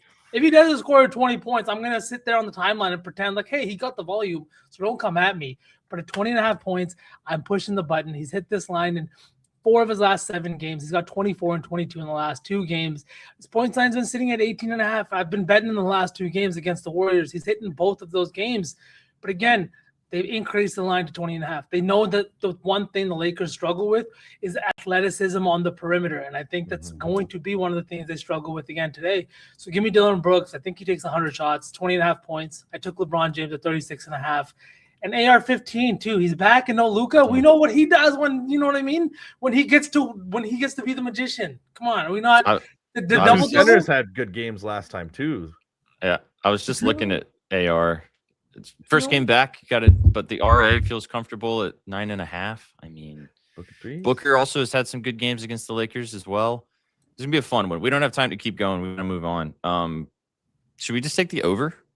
I like the over. Yeah. Or do you want to go with Braun? Always right. I'm with always the king. down to go with the king. Let's go with the king. PRA? PRA. Right. Also, last shout out. Speaking of guys that are on their old teams, Jordan Goodwin, kind of sneaky in that lineup. If you can find someone in there, he was on the Lakers last year. Yeah, Mark Williams did have a nice game last time out against this team as well, and did it. Mark Williams burned the fuck out of me the other day, and he's in timeout for me. Yeah, he's just one of those guys. Just timeout. It feels like he needs to be like inspired to have a good game. It's like the consistency gets annoying. He's like DeAndre Ayton. He's like the same kind of guy, you know. Ayton is questionable right now. I don't think he's fully. LeBron James plus 1,600 to get a triple double, and that feels short to me with the way he has like the games have gone this year. So I'm just saying, feels like he's gonna stuff the stat sheet a little bit today. The last update does not have Ayton on the injury report. It says he's available. Okay. Just be careful with that, though. The only thing about that concerns me is a touch is the Lakers do play on Christmas Day. There's a plane, apparently. There's my plane. There's my ride. We did LeBron. Be all right. Oh, yeah. All right, last 3 games. Again, these late slate games are going to be really fun, all of them. Grizzlies taking on the Jazz. There's going to be 7,000 million points in this game. Jazz 4.5-point dogs at home here tonight against the Memphis Grizzlies. 242.5-point total. Ja was looking like he was going to try to come back and play in this game, but he is out once again. So maybe Cam Spencer's going to get in there and do some cooking. We have, is Nurkic out? No. Fuck. Yusuf Nurkic is out, unfortunately. Oh, no. Yeah, man. That makes me really sad because he destroyed the Grizzlies last time they played. Oh, that's annoying. Well, there goes my play in this game. Is it just, I mean, Keontae George had an absolute banger against this team when they played earlier this season. So maybe Keontae George gets out there and cooks again. My play was Nurkic, and he's not playing. So I'm sad now. So I don't have anything else. What do you guys like? Sauce, you got anything specific? Otherwise, Grizzlies, I think that there's few guys that have opportunities to just ball out, but I don't want to bet anything. Well, I mean, I do. I was looking at Keontae George, a guy that, like, you know, they're coming off a bad game last night in the altitude of Denver, but like they're going back home. It's the second night of a back-to-back, and they're going up against the Grizzlies team that is really, really bad defensively. Keontae George has done a lot to stuff the stat sheet in more ways than one, and you can get his his PRA at 38.5. The line itself is kind of telling me that it's going to be one of those games where he puts up a ton of points. The Grizzlies have had no response, really. The Jazz are playing at a very high pace, and they've kind of handed him the keys. I think Laurie might not on his way out, but I think he is a guy that they are going to look to exchange for some assets. And I think Keontae George is on this roster to stay for the next few years. So I think that his volume and everything that he's been doing is very much like Russell Westbrook-esque in the way that he is active on the glass, in the way that he's finding teammates, and the intensity he brings. At 30.5, I like it a lot at minus 120. Yeah, I mean, and then on the other side, Cam Spencer. His PRA is 29.5, hitting two of his last 3 games with no Ja, like I said. Also, no Nurkic and no Markkanen for the Jazz. So, you know, yeah, this is just a game where 2 teams that don't play defense, that don't have their full complement of players. Isaiah Collier has also been coming off the bench and been cooking. His assist has been a nice bet once again, flirting with double-doubles over the last 5 or 6 games. My dog is back, coming off the bench. Will Hardy's giving him full 25 to 30 minutes in rotation with George as well. I'm down to just put Keontae in here if you guys want. Sook, you said you had a couple more spots you wanted to mention. Who are the other guys? Oh, just Coward and Ace Bailey. Coward is definitely entrenched in the top 5 of the Rookie of the Year ladder, put out by NBA.com periodically. And if Ace Bailey, the top 3 pick, wants to get into that conversation, he can get some attention by messing up with the guy on the above the ladder from him. So I do think that Ace Bailey's PR has a chance to hit, and also Cedric Coward's PR. Both these guys very talented, very, very good, and they know that they're playing other rookies today. I'm down unless V wants to make this his saucy entry to just put Keontae George PRA in here and move on. Yep. Sauce? Yeah, no, it wasn't going to be Keontae, but yeah, throw him in there. Okay. 36? Mm-hmm. Man, I'm so mad Nurkic doesn't play. I bet his double-double yesterday, SPJ, is nice. Let's go. Smack, and the PRA. Dude, he had his assist line at 3.5. He had 6. It was awesome. Speed's another good look from chat. But we should move. PRA, Keontae, 38.5 is what I'm seeing. 38. Yep. All right. Last 2 more, right? I think 3, I think. 3, yeah, wait, 3. Let's keep it moving, boys. Let's keep it fast. Yeah. Pistons, Kings. Kings, 8.5-point dogs here against the Pistons, 227.5-point total. Should be another good game. A little bit of a lower total here, but I like quite a bit here. I'll start us off. You guys know what I'm going to bet. Keep taking it. I'm going to keep taking it until they move it and make it unbettable. Give me the Frenchman, Maxime Reynaud. More and more people are learning the name, boys, but they gonna keep learning the name. They're hitting 3 straight games, 3 straight double-doubles. His double-double is plus 200 if you would like. He's playing like 35 minutes, man, and they don't have any other centers, so he has to play this many minutes. And I know that Duran's kind of scary defensively, but Duran fouls so much, and Maxime has a little bit more offensive skill in that regard, where I think he can put him into some tough situations. So until they move this line over the 23 or 24 line, I'm just going to keep taking the 21.5 PR for Maxime. And I like the double-double sprinkle, like I said, for plus 200. I like it, but I'm on the exact opposite side. Give me Duran. Let's go. His PRA. I think that he's going to beat up on Maxime a little bit. Maxime's got a great touch around the rim. He's got size, but at the end of the day, he's a little bit of a string bean compared to the guy on the other side of the basketball. So give me Duran's 30.5 PRA. He's actually exceeded this line of 8 of 9 games this season when taking on bottom 10 defenses for rebounds allowed. And guess what? They're 30th to points and rebounds allowed to the center position and 29th to assists allowed to the center position. So I do think that this will be a game where there'll be a little bit back and forth. And just real quick, because I do have one more play in this game, Nick Clifford. I pitched him to you before early in the season. He didn't really do very well, but now coach has kind of said that I have to believe in him. Levine is out once again. Bump in the minutes for Nick Clifford. He was their first round pick this season. That matters something. Management calls down and says, why aren't you playing the guy I drafted? Just ask Myers why he left Golden State, because they didn't like Kuminga and Moody, and look how that's playing out. They're trying to trade them. All of this stuff matters. Nick Clifford is probably going to start today. A little bit of a Swiss Army knife. Reminds me of Jalen Tyson a little bit.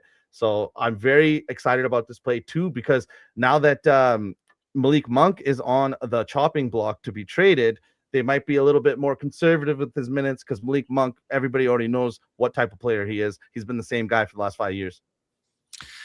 On this note, my other play in this game kind of leans into what you just talked about.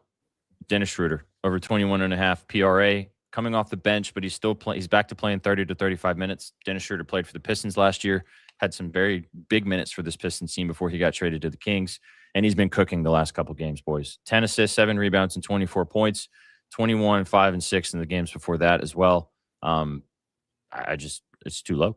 So as long as Schroeder gets out there and cooks like he has been, I think this is an opportunity. And we've talked about this Detroit defensive team. Like they're good defensively on paper, but they foul a lot. They can get themselves into trouble in those types of situations. And yeah, this Kings team's not great, but they've been playing some better basketball recently.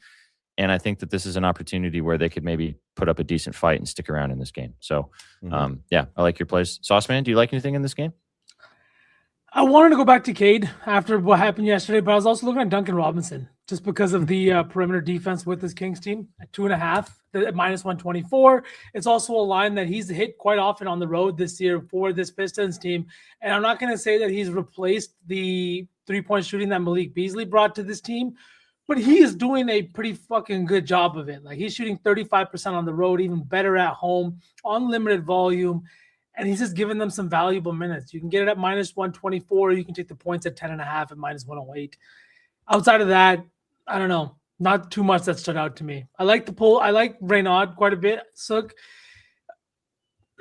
The Kings are not a team I've capped well this year. So I very much staying off. And then we can just go on. Where do we want to go? You guys just want to go with Reynaud and move on? Yeah, but the Nick Clifford one also stood out to me. Is it going to be widely available, you think? No. That's the problem. No. Yeah. All right, let's just go Reynaud then. PR. Yeah. And keep Nick Clifford on your radar, chat, for the next couple of weeks, because I've noticed that every time Sook mentions a name I don't know, that name is something to watch for the next few weeks. So I also do like the Duran play. He should, because Max does he struggled with Sengun's size, and Duran's even bigger. So, all right, last 2 games. Whew, what a slate, boys. Holy. Big slate, dude. Big slate. Big. That's why we're doing Sauce Team today. Drop it up if you enjoyed the show. 9 minutes until No Plays Off takes over. We'll be doing a giveaway at the end of our 9 minutes. So drop a dub in the Twitch chat. Come and hang out with us on Twitch, and you'll be entered to win. Blazers at home taking on the Orlando Magic. 1.5-point dogs are the Portland Trailblazers against Paolo Banchero and company coming to town. Still no Jalen Suggs for the Orlando Magic. I did not take Denny in this game, so he's probably going to go fucking bananas. Didn't hit his PRA yesterday. Did hit his RA, though. I'm glad I bet his RA instead. The only lean that I wrote down in this game, because I bet 10 things. This is the only thing I wrote down that I didn't bet, which I'll probably end up regretting. I really like Shaden Sharp in this spot. 23 and a half was his points line. He's had a good game against the Magic. He's been shooting the ball a lot recently, and he's been shooting the ball really well recently. I think that Shaden might go out tonight and cook. So the 25 plus feels comfortable, maybe even a 30 piece, but I didn't have anything in this one. I love that. Future superstar. I had that circle too. I'm probably going to, I even looked at his threes or maybe his RA because he does get up on the glass. I don't know. Very happy with the way Shaden's been playing as of late. Yeah, I like everything you guys just said about Shaden. And that's the reason that I kind of like Portland on the money line here at plus 105, boys. I know that this Magic team has looked good. They looked good last night against the Warriors up until that fourth quarter when they blew wide open with 17-point difference in the fourth quarter. This is a Magic team on the second night of a back-to-back on the West Coast on a completely different time zone. And not just that, but this is a Magic team that has no Franz Wagner, and Paolo Banchero has not been that good this year, boys. I don't know if you've looked at the stats, but the percentages have dropped. His isolation scoring numbers are honestly abysmal. The only reason he's even like on any list is because of the volume he sees, but he has not been good inside the perimeter. He's not been good from three, and he is struggling to finish at the rim. I just think that with this Blazers team, with how good they have been in isolation defense, maybe not just overall defense, and the total at 231. This is a Magic team that is not playing defense this year. So the total sitting this low, to me, says that the Magic are going to struggle to score points on the West Coast today. So I took the Blazers on the money line. Let's go. Let's put that in the slate. I like that. They're better at home. I was going to say let's do Sharp. I think we can all get behind Sharp, or we can roll with the points in the Blazers. I like Sharp too. I feel strongly about the Blazers money line. You want that to be in the saucy? You want that to be your saucy entry? No? All right, let's just do the I have my saucy entry. We've already gone over it. I didn't tell you anybody what it was. Ooh, okay. All right, Blazers +1. Just take the point just in case. Yeah. Last game. Don't know how much we're going to spend on this one, although I do have a play in this game. But one of the lower totals on the board, the stinky Clippers. Although they've been a little bit better recently. But still, the stinky Clippers. Houston Rockets have also been stinky recently. Losers of 3 of their last 4 games. Clippers are just terrible. They did win their last game, but they're terrible. Maybe a bounce back spot for the Rockets after dropping that last game against the Kings in overtime. I have a play in this game that I like a lot. This is another one of those lines that I just don't think that they're moving and adjusting correctly, and I think that I'm just going to keep taking it until they do that. Give me Jabari Smith over 21.5 PR. This has hit in 6 straight games since he's been inserted into the starting lineup. This has also hit in 3 straight games against the Clippers. In all 3 of those games, he had double-doubles. His double-double is almost 4-1 in most places right now. I love his game. I've loved his game since he came out of college. He's finally getting an opportunity over the last 5 or 6 games, and he's been taking advantage of it. So I really like the PR a lot, 21.5. Hopefully this game stays relatively close and he can smack. But, yeah, give me Jabari Smith, PR. Let's go. I like it. He's been really good, and I think he kind of thrives in these games where you're not really like it's a 9-point spread on the road against a Clippers team that just really hasn't been that good. I like that. Also, I didn't have anything official. Sook or SPJ, you want to add something? I was just going to say you're a sucker for threes lines. His 1.5 is almost to the point where it's too juiced to play, but his 3+ is +158. He's hit that in 3 of his last 4 games. He's also hit that. Yeah, it's nice. Clippers are not great defensively on the perimeter as well. 4+ is +420. Nice. The volume's there. 11 attempts in back-to-back games. So we might have found a third leg, chat. Let me build this out, see what it looks like. Okay, man. So, you got anything in this one? No, that total. I am seeing a lot of scary things in the Rockets play style, and I hate betting any Clippers games. Mm-hmm. You want to just stay off this one or just take what we talked about? I'm down to put Jabari Smith PR or the threes. We could just take 2 threes for this since it's the slate lay. Yeah, actually, let's do that. Okay. 12 legs. All the best animals have 12 legs. Because we have literally 4 minutes, I just wanted to say Anthony Edwards threes. I think he's gonna have a big game in the Garden tonight. They got blown out earlier this year. I don't think it's gonna happen again. Or the last time they played here, I don't think it happens again. He only took 7 threes in that game. I thought it was in. No, it's in Minnesota. It was Yeah. earlier this year in the Garden. He had a bad shooting night, but I think it's a little bit rectified tonight because, I mean, you don't want to continue to lose for your boy, right? And lose to Cat. Come on, Zesty Cat. No. You losing to that guy again and again? No way. No. All right. I just bet the slate lay scrolling at the bottom. It's plus 116,000. So again, chat, sprinkle it. $1, $5 if you're feeling really frisky. Cup of coffee, a quarter. Pay for Christmas. So, but those are all 12 plays we talked about in the 14 games tonight. You guys can take what you want, make your own parlay. Someone was asking if they wanted to make their own lays, figure it all out themselves. You guys do what you want. It's your money. Bet responsibly. You guys have been making your own lays and hitting a bunch of stuff. So, but now let's do the saucy lay.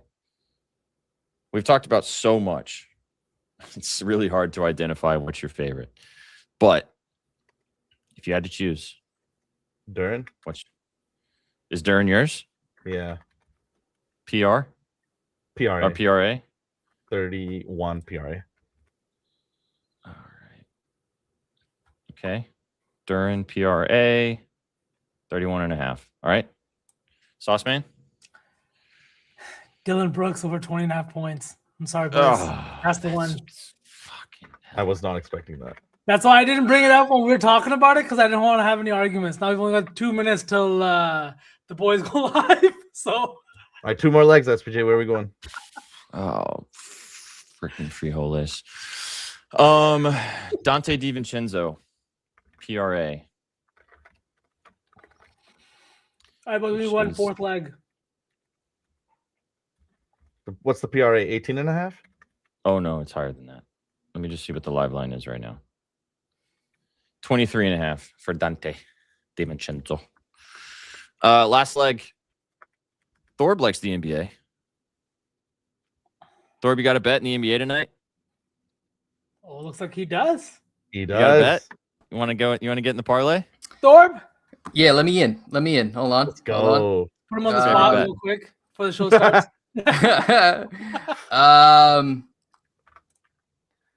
Let me get what app are you guys on? What are we doing? It doesn't matter. Just say the Yeah, line and we'll doesn't figure it matter. out. Yeah, We'll find we got it. all the lines. Doesn't matter. Okay. Give me Bobby Portis under 18.5. Let's Under. go, an There we go. under. Under. Point, right? There we go. Points. Let's go. Hey man, right. have you seen the new beanie we got floating around? No, Bet let's more talk about unders. it. Bet more unders, baby. Oh wow. Yeah, I'm working on that because I'm bad at the over part. Yeah. Yeah. All right, you'll see Thorb in just a minute. Let's catch you in a second, dog. All right. Let's go. All right, so under Bobby Portis, that's nasty work right there. All right, chat. Bet more unders. Jalen Duran, 31.5 PRA. Dylan Brooks, over 20.5 points. Dante DiVincenzo, over 23.5 PRA. And then Bobby Portis, under 17.5 points with our special guest Thorb in the house. All right, boys, let's do the giveaway, and then let's get out of here. That will get posted on the timeline on Twitter at Your Betting News. Give us a follow if you haven't already. These lads are clamoring to take over, and I have a burning question that I'm going to ask Thor before I have to run away and go to a court meeting, unfortunately. But let's get it. Let's do the Duckies one more time for the giveaway in honor of us smacking a parlay yesterday. We'll be giving away one of these bad boys or one of our vibe sets. I don't know. We'll figure it out. All right, 3, 2, 1. Run them, Sook. Send them to the sun.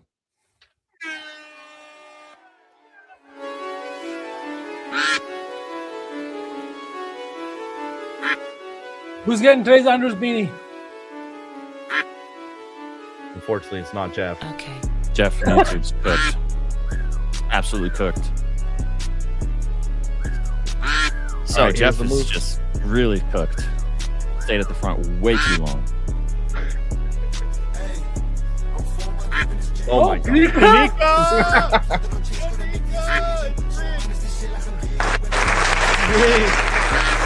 Oh my God. Wins a win, baby. Let's go. Congratulations, Kanika. Your husband didn't ring it at all. Not at all. Well, let him know what you want, I guess. Let him know how it goes. Wins a win. Kanika gets more merch. Let's go. A win's a win, baby. A win's a win. All right, lads. These guys are ready to take over for No Plays Off. Stick around for another hour right here on the network as they're going to talk through. I don't know. They said they're impromptuing the next hour, so we'll see what happens. Go follow all of these guys on the social media machine. We appreciate you guys for tuning in. This is No Plays Off.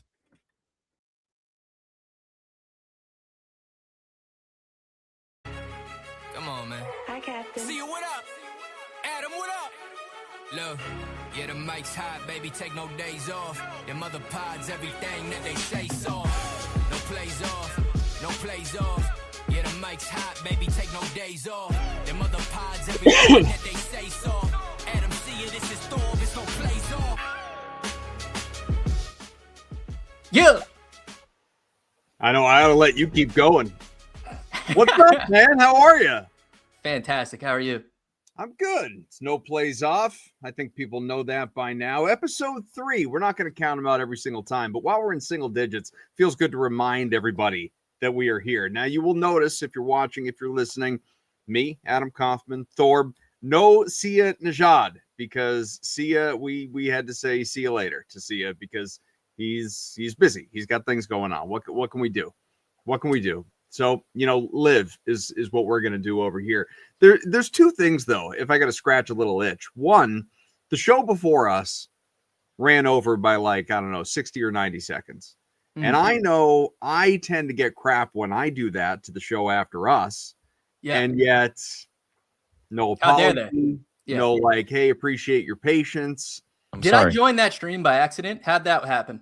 You know what? That's the other itch. That's the other itch. SPJ is popping on with us here for a minute. Of course, everybody knows Sweatpants Jesus Daniel Collins, a fixture on any given wager. Where, by the way, another profitable day to close out your Week 16 on Monday. Let's go, Adam. Would have been even better, but this guy over here decided to 2-unit our one losing play. So sadly, Amir Abdullah's lack of one more yard cost us a perfect night and what would have been a banner experience, but we're pushing for plus 20 units on the NFL on that show this season. However, to the other itch, I was sitting here, in the back, in the break room, shadows, or whatever we want to call this, in the shadows, much the same as you were, Thorb. I wasn't invited onto the show to hand out a play as part of the parlay. Oh, Adam. I'm just sitting here. Oh, you're gonna call on Thorb? Sure. No, I did something wrong. I was just in there. Don't worry about it. I'm good. I'm good. You got multiple itches to scratch. Well, all right. So the thing is you can always go a little bit long. Some shows get a little more pissy than others, and you'll learn which shows get more pissy with others in comparison. It depends on the day, I literally looked and I saw Thorb. I didn't actually see you down there, Adam. But we can make it a saucy 5. We haven't officially set it out yet. So if you want to have, do you want to have a play? Do you have a play in the NBA tonight? What have you guys given out already? The parlay we have right now. Yeah, I don't even know. Let me lock this in. There it is. Jalen Duren over 30.5 PRA. Dylan Brooks 21 plus points. Dante DiVincenzo over 23.5 PRA, and then from Thor, Bobby Portis under 17.5 points. The only under. Ooh, all right. It's okay. Whoops. Whoopsie. Uh-oh. GS and Who says V hates Adam. That's the answer. V is a super fan of mine. There's no hatred over here. You know what? Since we all like to sweat, how about we go another under? Please give me an under. Make me feel better. I'm gonna give you Thunder to cover against the Spurs in San Antonio. Oh, we're going to putting a spread in here. We can't put a game in there. Why the hell not? Like I haven't given you plays to make money on spreads. Guy's got a point. True that. There's still a 7 out there. Okay. 7 seems to be the lowest I see. There's some 7.5s. My screen is showing a rogue 6, but I'm not sure that's legit. So I'm gonna say 7. 7. All right, so 7 for the Thunder. 6 or 7? 7 for the Thunder, yeah. Jesus. Text that to me because I'll have to lock that into. Okay. We all kind of thought that. Put it in the chat. You all kind of thought that SGA was going to cook, so that makes sense. Good. All right. Let me just cook it up to make sure I got the right lines for you guys. So there you go, Adam. You got in. That peer pressure. It's kind of like a pity. I invited myself to the party, is what you're saying? Yeah. Yeah. I'm a little Oh, embarrassed. you were always welcome at the Yeah, party. like, Adam, way to invite yourself over. You guys feel like doing anything today? Can I come over? That's pretty, Those are my that's pretty much I what mean, that yeah, was. yes, dude. those are my favorite. Those are my favorite kind of friends. Like, thank you, Sook. Yeah. Hell yeah. Yeah. What's this That's question the you got from me, that's the SBJ? focus for the next hour is the Celtics dominating the NBA. They're at win number 3 of their 9-game winning streak. I just Oh, I'd wanted like to everyone mention know actually, that I right hate now. your background. Oh, good. This one? Yeah. Yeah. Well, that's good. I plan to talk to you a little bit about the New England Patriots. I figured you actually. did. Yeah, I'm I'd sure. love Yeah. to. Did you like the tweet I tagged you in on socials about the Patriots and their wins this year in comparison to the Giants? I saw can't that. argue against them having one real win on their schedule when it comes to teams that are good on the other side. All I You got can to tell beat who's you, in front of you. So yeah, I mean, you play the teams that are on your schedule. That's just the way it works. Next year, they will have a first place schedule. This year, not the case. We'll see what it looks like. so Thorb, I tagged Adam in this tweet of the Giants, and the Giants and the Patriots have beat the same amount of teams over 500 this Sure. season. Yeah. Yeah, yeah. And Bad the- news for the Patriots. Bad news. They stink. Bad news. Yeah. Bad news Bears. My question before I love you, I was looking forward to hanging out with you guys for the hour, but I got to go be corp in a little bit. But my question is, as a man of music yourself, Thorpe, and as a rapper, Sure. I want to know Not what me. you think. Yeah, Adam, you're excluded here. Sorry, bud. Okay. You don't all want right. unless you are you a like do you moonlight as Am a I rapper? that also we a don't know rapper? about? No, I am not a rapper. Oh, okay. Yeah, shocker, we don't know. Yeah. What are your thoughts on Timothy Chalamet's song with the guy that he released a couple of days ago? Do you have any takes that was on real? Okay, I That didn't was- know. Isn't there a guy that like looks like Timothy Chalamet that is like that people thought was Timothy Chalamet and now but that was real. that? That was this guy released the song because they were trying to like troll the fact that people thought that they were the same person. So the guy released the song and Timothy Chalamet comes on the video and like raps. That and was he's the actually guy. Okay. that was the guy. And then Okay. Chalamet rapped on the song too, though. I haven't heard it enough to give an honest take. I think Timothy Chalamet is coming out as one of the cooler whites out there though lately. He's yeah, You're saying that because he's a Knicks fan. yeah. Well, no, not only that. You guys Fair see enough. like he was on the Drewski thing too, where I Yeah. forgot like whatever. Yeah. Like he's the man. He's the man. He's on a heater right now. Did One you of also the- see that he's the one first of the person to cooler ever be on whites. top of the sphere? Yeah, Cooler one of the white. coolest That's whites a double on. standard. I can't say something like that. That's- You know how That's three fast white. I get canceled if I. You know what that Samuel L. Jackson is? No, can't do that. Can't do that one. Can't No. do that. No matter Can't how do that. true it may be, No. he's cool. Oh god, It he's is- cool. Yeah. Well, Yeah. Thorpe, go listen to it because as a Okay. rapper, I'd like your. I mean, saw a I- clip. I didn't know if it was real or not, and it actually sounded real. pretty decent. Yeah. I wonder real. if he wrote it. I doubt it. But He wrote the rap, I think, because he's yeah? done a little bit of rapping in his past, just not like oh, I saw like a well talent show documented. of him like way back Yeah. in the day rapping. Yeah. statistics. Yeah. Statistics. Sure. Yeah. you know the clip of him on Saturday Night Live, one of my favorite clips, and then I got a dip of him and Pete Davidson doing the yeet. Oh Skirt. yeah. yeet. Elite, dude. Great. Elite. Great stuff. Adam, yeah, Adam, do you know what we're talking about? I don't remember that sketch, but I you've mean, probably seen it. I'm sure I've seen it. I am an SNL guy. You Although should it feels definitely- like my Twitter feed has been taken over by this Home Alone sketch from last week that Oh, Ariana Grande was in as Kevin McAllister. Naturally, man, I went to watch that and I was expecting it to be really funny. it and was disappointing after all the hype. It was I've just never gory, seen it. dude. Oh, You haven't seen it? I mean, it's new. It's as of Saturday. This isn't Oh. one that goes back in the archives or anything like that. Basically, they It's- did for anyone that hasn't seen it. I mean, it's all over social media, or you could YouTube it or whatever. It's out there. But the concept, and it was all of like 3 minutes long. The concept was they did basically like an alternate ending of the original Home Alone, where Kevin, like mom comes home, then the whole family comes home, like the end of the real movie, except he forgot to put away all of the shit that terrorized the burglars, and he murders his entire family.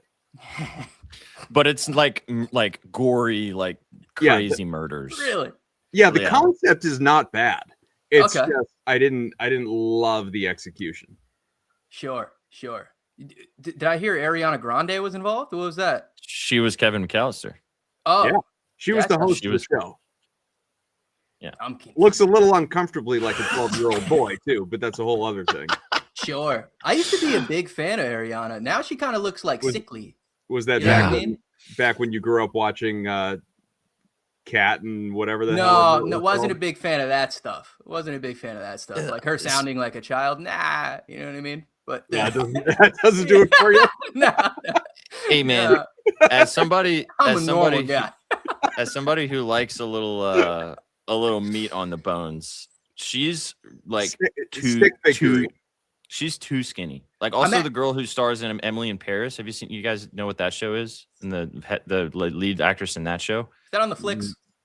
It's on the flicks. Yeah, No, I don't know it. she is a skeleton, and it's Hmm. like I don't understand. Like I understand that there's like I guess you want to look a particular way for fashion, but like I just don't find that attractive at all. Well, listen, Jeff here in the chat says he loves girls. who look skills. There, to each his own, I guess. Yeah, just to show you to make sure I'm not making that up. Yeah.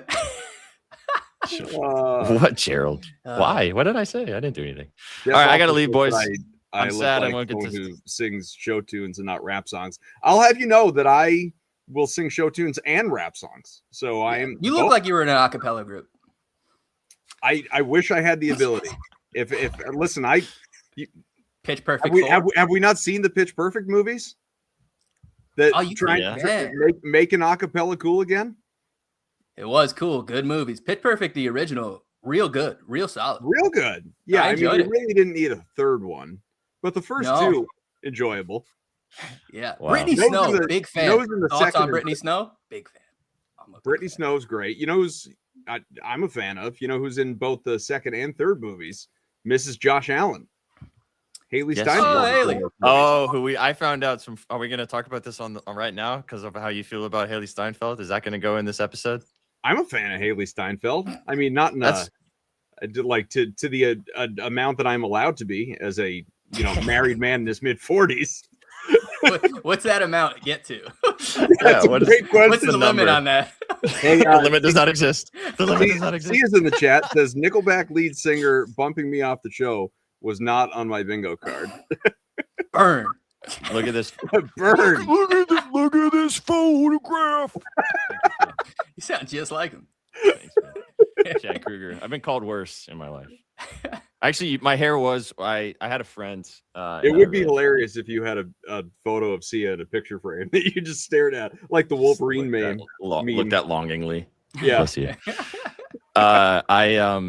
I when I was like right in the beginning of COVID, one of my good friends is a hairstylist, and so and she's like she's a good stylist, and so she was like my hair was a lot longer, it was like down to almost my nipples, and she was Yikes. like I want to do like this like crazy balayage type of thing on your hair, like would you be down for me to do that? And I was Say like, that word again.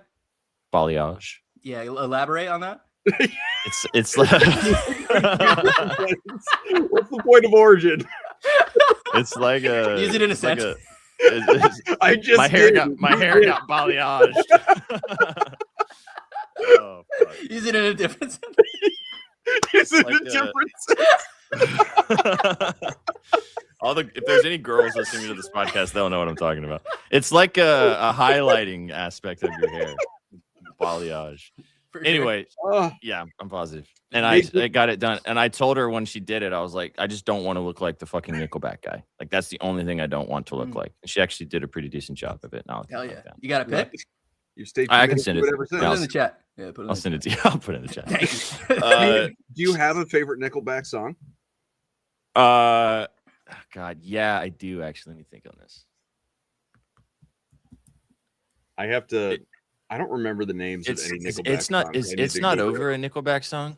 I think it's it is. not over. No, that's a good one. Part of me is standing in the dark. I actually like Nickelback. I think they get a I bad rap. like Nickelback, Sure they and do. Nickelback Yeah. gets so people who don't like Nickelback, like it's fine to not like Nickelback. It's fine to not like whatever you don't like. The people who say like, "Oh, Nickelback sucks. Nickelback's overrated." It's like tryhards, right? It's the people who, you're working too hard to hate something just to fit in. Like nobody hates Nickelback. Nickelback is not hateable. Doesn't mean you need to love Nickelback, but to hate Nickelback, it's like you're trying to make some sort of a point. Yeah, those people have like that hidden underground rock band. Be like, you should listen to these guys and stuff. Yeah, we do Nickelback covers. Yeah. This is my thoughts about people that like don't like hate Friends just because they want to hate Friends. Do you guys like Friends? Friends The is show? just a TV good show, solid I show. love the show. Yeah, Friends. yeah. Absolutely. Like, I have people that I know, some on this network and also in my other outside this network life. Call them that- out. In your other Yeah. life, call them Well, out. I mean, name Call names. them out. Let's, Hey man, Shaggy Betts knows this. He's 3.5 years I've been working with this guy. He vehemently hates Friends. He thinks it's Really? one of the worst shows on television. And I just can't understand it. I know it has a laugh Friends or track. Seinfeld? I like them both for different reasons. That's not an answer. I prefer Friends. I Probably Friends. enjoy them both. Really? But I prefer Friends. Yeah. You do look like a Friends guy. Thank you. I'm good with that. I will take. I don't I even will know. take no what that's- slander there. I don't even know what that means. You look Pat- like someone who would like Friends. Yeah, Pat yeah. Mayo hates Friends. Jeff looks like a guy who's a Seinfeld over Friends type of guy. Mayo I'm looks like Seinfeld all day. Here's Okay. Mayo hates Friends because he's upset that he wasn't asked to be in Friends. That's what I think. who's- You Who's don't Pat know Mayo? Pat Mayo? Pat Mayo is in the he's in the betting community space. Okay. Has shows of his own. He's very good. Nice guy. See, and Very I go good. way back with him. Thorb has Yeah, been he's on Does he- the a good show. boy.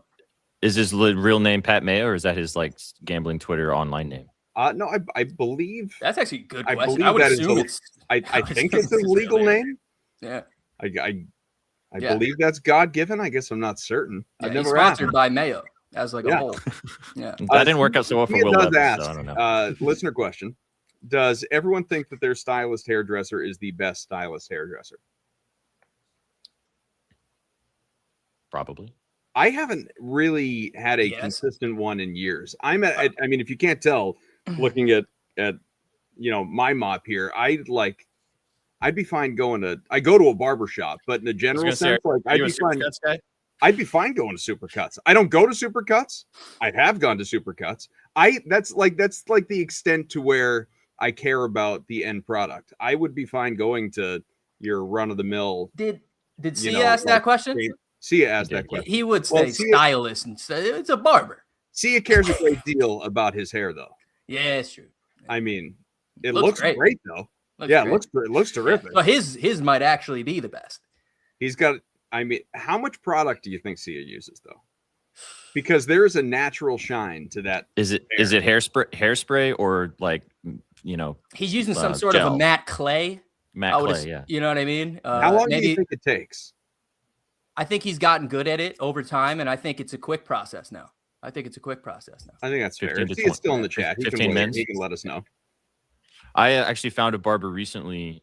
She's awesome, and you guys can't probably tell that I do cut my hair, but I have like the shaved sides part. Like you personally cut your hair?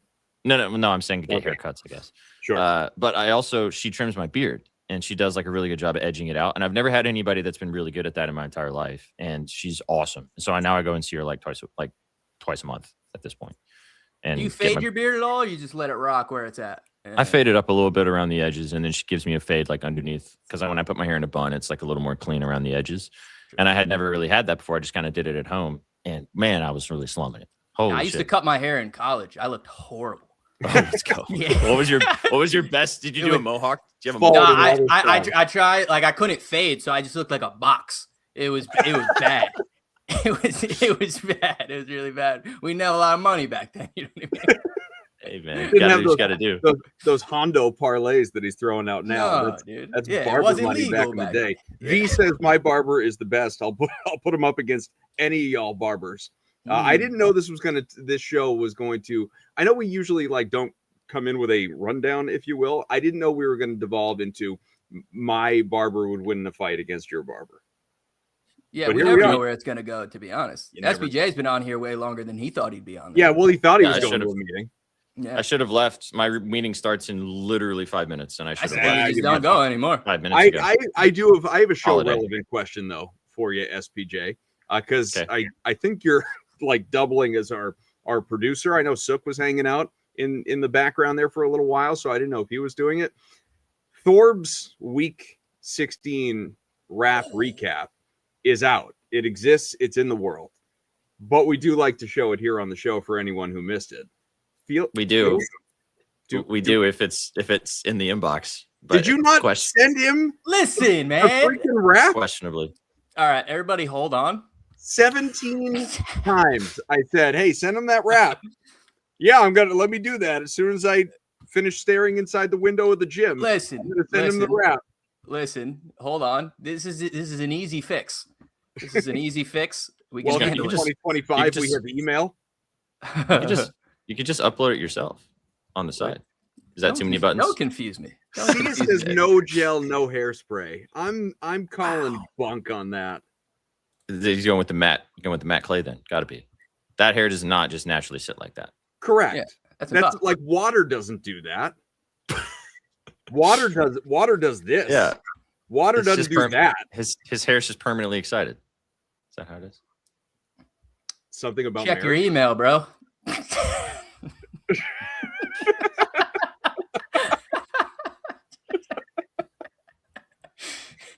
Wow, this guy named. Never mind. Let's go. Hang on, I gotta press some buttons. I guess. Yeah, you might have to download it first. You know what I mean? I get it. It's Good not job. in the Yeah. widescreen way, but it's fine. It'll do. It's fine. I mean, It's widescreen okay. would be better. I was trying to get my mic to work for the third week in a row, like the good one I have. I can't get it to work.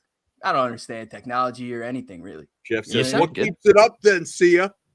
You sound Yeah. good, man. Yeah, some sort of a clay stuff. He says. He said, I honestly told you it was never clay. know." Yeah. See it. You familiar with Hans de Foucault? Good clay. Good Good clay. clay. Look into that. Look into That's that the clay. That's the best clay. I thought you were going to go full De Niro on us. You should look into that. You should look into it. Yeah. You're good. You. How's it work? You get the video?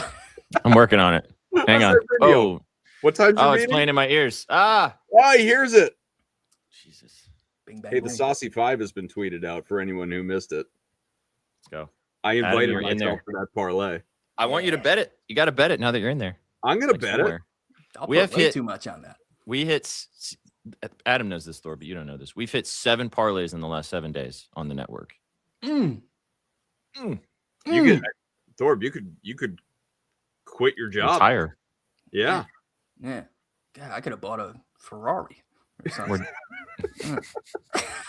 Just don't be like the guy. Rest in peace. Did you guys see the guy who created? Was it Modern Warfare, Call of Duty, or something? Oh, died in Call a of car. Duty. Yeah. Or a car wreck, and he crashed his like Ferrari, I think. Was it a car Really? wreck? I saw that he had passed. a car but I wreck, didn't- yeah. I didn't see how. It was a car wreck. That's dark. Hmm. Nobody Why'd you bring that up? nobody walked up to his. It's a Ferrari. You guys want to talk about death for a hot minute? Yeah. Rest in Nobody peace, man. I don't know. Yeah. You said Ferrari. That's just the first. It thing would that be came to it mind. would be kind of fitting if somebody tried to carjack him though, and that's how it all ended. I think we should stop talking about this now. Wait, how do you guys feel about Henry Ruggs now?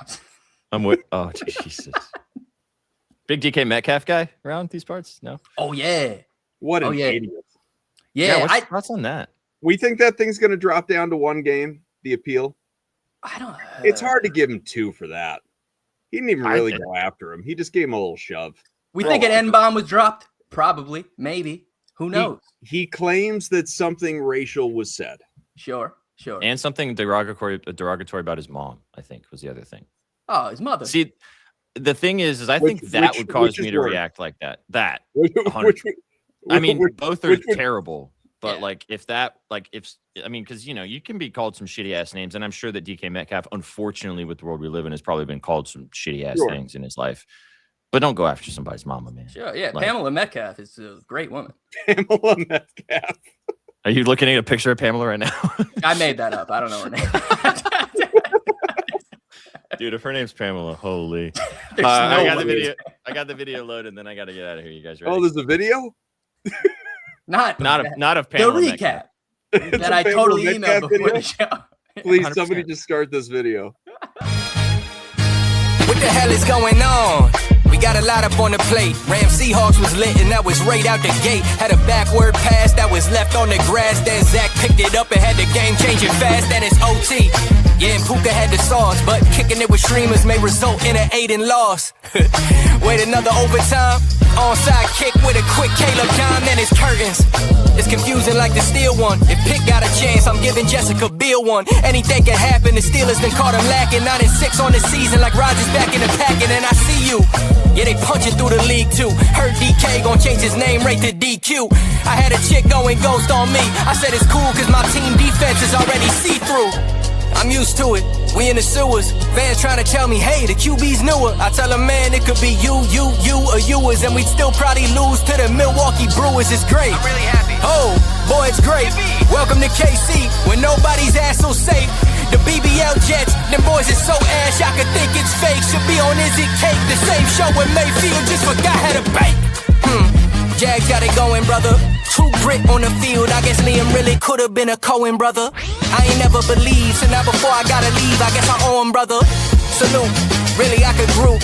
Dog stat line with Nicki Minaj glutes. Browns lost again, nice sticking to y'all roots. And the Cards don't like ladders, they rollin' to find shoots. It's a board game, so let's move to some hoping. Justin breaking backs even though his hand's broken. Eagles got another, but who's knowing if it's fluky? Texans on a roll, but that old looking spooky.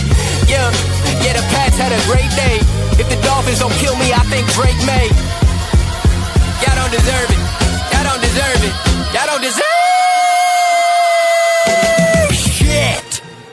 Y'all don't deserve shit. I hate you. That was for you, Adam. We're sitting there with your backup singers watching this thing. Man. People get to watch us watch. Well done. Thanks, man. Yeah, Thanks, man. kick ass, dude. As always, there's a lot in there to unpack, but I think the V shouted this one out. I think the Mayfield forgot how to bake line. Maybe just with the delivery of it too, the way you hammered it home. That might have been my favorite. That had a big build up there with the beat, the production. And the it's Is It Cake thing too, and they're mixed in there was. Oh yeah, the BBL Jets. How did one thing like occasionally we'll talk to you about these things and how they all come together and all of that. But all right, guys, if I want to keep my job, I have to leave right now. All right, I love you. We'll see you in a half Have a hour. great rest of your show. Yeah, Something like that. How do we know when we're done? We just close the window. We're just over. Well, you can go a little longer since we didn't cut you off. So, but I'll be back in the shadows at the end. So. All right, we'll see you in a bit. Right on. When he's going to court. C enjoyed watching us while watching you. While you are ironically, I wanted to go Inception, watch you. I can no longer hear you. You can't hear me? That would be trouble. Wait. Did you do something? Hang on, he says. He's giving me the finger. Not that one. Good, maybe. We're back. Hold, please. Oh, boy. Chat, Hey, I'm back. Help him. He's back. I'm back. You It was wouldn't my believe fault. what- I kicked the power supply. You wouldn't believe all the things I've been saying for the last 30 seconds. Were they good? Deep, inspirational comments, meanings of life kind of type stuff. Chad, is he being serious about that? I doubt Nope, it. not even a bit. Thorb undefeated, says Jeff. If the Dolphins don't Yes, kill we're me, not. Drake May. Sauce loves it. I love it. We're going to talk about the Pats in a minute. But first on the Raps, do you get the beat and then you write to the beat? Or do you write and then you got to work to the beat? So I get a beat in my inbox every Monday morning at 6 a.m. because that's when he makes them. So I have a producer. His name's Captain Jack on like all socials. He's absolutely incredible. He does most of the stuff I do. And just every Monday, I don't even ask anymore. I wake up and it's just in my inbox. And then at that point, I just have to hope it's good. And it's good every time. And then I just make it to that, like with no plan involved or whatever. Like people think I really map this thing out. Like I get the beat prior and I'm like really nah, I just get it. I wake up and then it's in the inbox and then I just get to work. I know this is only the third episode of No Plays Off, but has this show led to a gigantic endorsement for you for these rap recaps yet? No.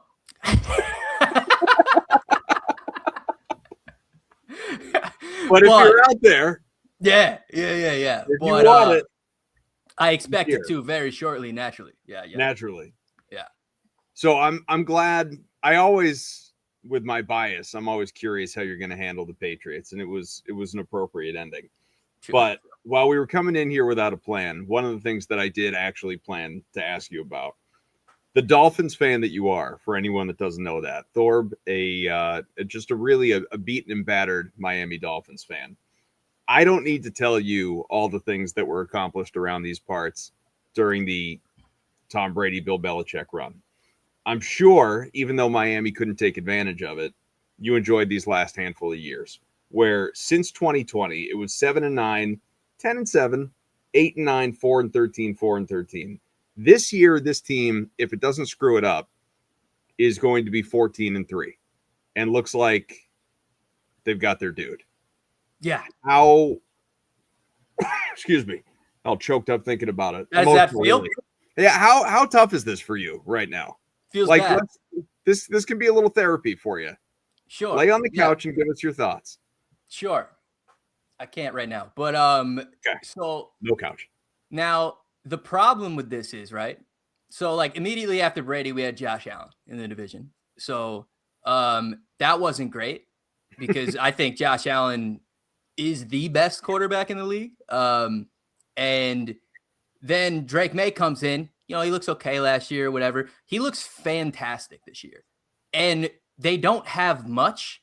So this is a very sustainable thing. He does not take big hits. He plays pretty damn smart. This is going to be like another 15-year thing. I hope not. I was gonna say bad things. I can't wish bad on him, so I'm not gonna say any of those things. But it seems like a very long thing is about to happen, and we also have Josh Allen to deal with, and we suck. So it's good. Do the Dolphins need a full reset? Like, I know that feels like a ridiculous question, but all throughout the year it was like, they're firing McDaniel. They're firing. He's not going to make it to Halloween. He's not going to make it to Thanksgiving. Talk about something? Do you mind? Yeah, you can talk about whatever you want. All right. What is people's obsession with Mike McDaniel? Everybody I hear that's not a Dolphins fan, like, oh, I think he's a great offensive coordinator. I think he's great. I think he's so good. And what has he done to show you that? Besides have like one good year when teams didn't really know what he was doing, and then everybody figured him out, and then he hasn't done shit. And you could say, and all the blame gets put on Tua, right? Sure. Like he's been very bad this year. But when he was good, all of it got put on McDaniel as well. And then what McDaniel can't do is adjust or just keep doing things that work. Like if Achane's running for 7 yards of carry in the first half, he'll never run him again. He will be out of the game in the second half. I don't know what people's perception of Mike McDaniel is, but I don't care. Send him to the sun too. Yeah, I want a full rebuild. I want everybody gone. He's not a coach. Sure, he might be an OC, but I don't even get why people for sure. I don't get why people think he's so incredible anyway. Well, that was the thing for me last year watching that team was, I was excited about him at the beginning. I was even for a little while, like speaking as a Patriots fan, toward the end of the Belichick and certainly into the Gerard Mayo brief year, it was like, shoot, like, give me a Mike McDaniel. Like a little nerdy, a little funny at the podium, all that stuff. But look at what he did, with the Niners and his time bouncing around and climbing the ranks as an OC. Like he's this mastermind, he's this genius, this guru, all that. Man, anytime, and it was a lot last year, that Tua was unavailable to you guys. And last year before, like I'm confusing all of the backup QBs, but like Snoop Huntley and Skylar Johnson and all of these dudes, it's like Thompson. I don't even remember. Thompson. Doesn't matter. It doesn't matter. all these dudes, it was like, you still, like, these guys can't do anything. You still have Tyreek Hill. You still have Jalen Waddle. You still have this guy, that guy. And he couldn't put together a functional offense. If it wasn't Tua at QB, nothing in the offense worked at all, ever, anytime, not for one drive. It was just under city constantly, at the very least for team totals, if not for full games. And they put up like 6 points a game max. That's the thing I couldn't wrap my head around. It's like, I mean, you got this job for a reason. You can't coach up the offense at all without Tua, who's not even that good. Like that, I couldn't figure that out. Yeah, I look at it like the same way as like even though Packers fans don't like him a lot of time, like Matt LaFleur. When Malik Willis comes in, Malik Willis was thought to be nothing when he was on Tennessee. And now when he comes in with the Packers, he looks like a very competent quarterback. Yeah. Like, so that's what a good coach does. And like people say, oh, the offense was made for Tua and that's why nobody else works in it. Shut up. Like, just fucking figure it out. Like, what are we talking? Oh, the offense was built on timing, which every offense in the NFL is built on timing. Like, I don't. Stupid. So GM Thorpe, what's he doing with Tua? Because, I mean, I'm sure you know this. It's literally $100 million of dead cap money, like $99 million of dead cap next We're used to year. that. If no, nobody's used to that. Nobody. Yeah, like, we are. It's $100 million dead, not for one guy. Not for one guy, but yeah, we like to stack it up. We like to spread it out a little bit. But yeah, this is one guy. Don't care. Doesn't matter. What are we going to do? Like, oh no, we got a bunch of dead cap. We still can't beat the Patriots or Bills. We're not going to beat them for like the next 6-7 years. Actually, probably like 78. So just, I don't know, man. I don't want them. You're not excited about Quinn Sewers? No. I honestly thought like he looked like okay. And then once again, like McDaniel did nothing to help the guy the whole game because he's not that good as everybody thinks he is. But he's gonna be here next year. Mike McDaniel's gonna be around. So if the Patriots, Jay Dizzle says, why not use Zach Wilson? Because he stinks. So here's the thing. So in camp, yuck all over the place. in camp, Ewers apparently instantly looked better than Zach Wilson. So that's why it's Ewers right now. Or like throughout practice, he looked better than him the whole time. Week 18 could determine the number 1 overall seed in the AFC, where the Patriots are facing your Dolphins and the Broncos are hosting the Chargers. Dolphins will win that game. For no reason. Yeah. How painful would that be for you? Like when you know that your team sucks, because I mean, again, last couple of years I could certainly relate. When you know that your team sucks and the season is going on, do you get angry at wins? Like when Miami strung together in the second half of this year, that little winning streak where they were keeping their playoff hopes mathematically alive and all of that, but you knew better. Like, this team isn't going to make the playoffs. Do you just actively get pissed about, hurting the draft stock, or are you excited about seeing wins? I don't give a shit about wins or losses. So I don't just total ambivalence. Yes. I don't care now because I know it's coming. Like, I know my team. I know when we lose like the first 6, we're just going to win the next 6. And it's like it's the same thing every year. We're never going to get a good pick. We're never going to get a quarterback. We're never going to get a good coach. We're never going to get a good team. My life is over. Does that sum it up for you? Lifelong Dolphins fan, or did you decide this for some? Did you lose a bet and decide to go in this direction? Lifelong. Is my father's fault. Yeah, I mean, it's you. Like, we're the ones to blame. We set our kids up for this stuff. Yes. I gotta see when. So I'm trying to remember when Miami would have been good in your lifetime. Never. Literally never. I mean, I know not won a Super Bowl, but when I was 6, they won a playoff game. So from 97 to 01, you guys were a playoff team every year. Right. So yeah, the last time was when I was 6. Couldn't really enjoy that. No, I didn't catch a lot of that one. No. Yeah, V. That's right. Patriots fan, Celtics fan, Bruins fan, Red Sox fan, all Boston. Yeah, sick, dude. Good for you. Well, I mean, in your lifetime, you know Boston is nothing but a bunch of winners.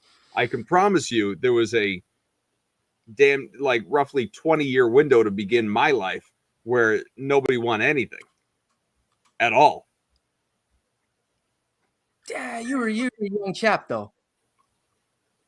They didn't win 86. I was 4. You weren't even a thought.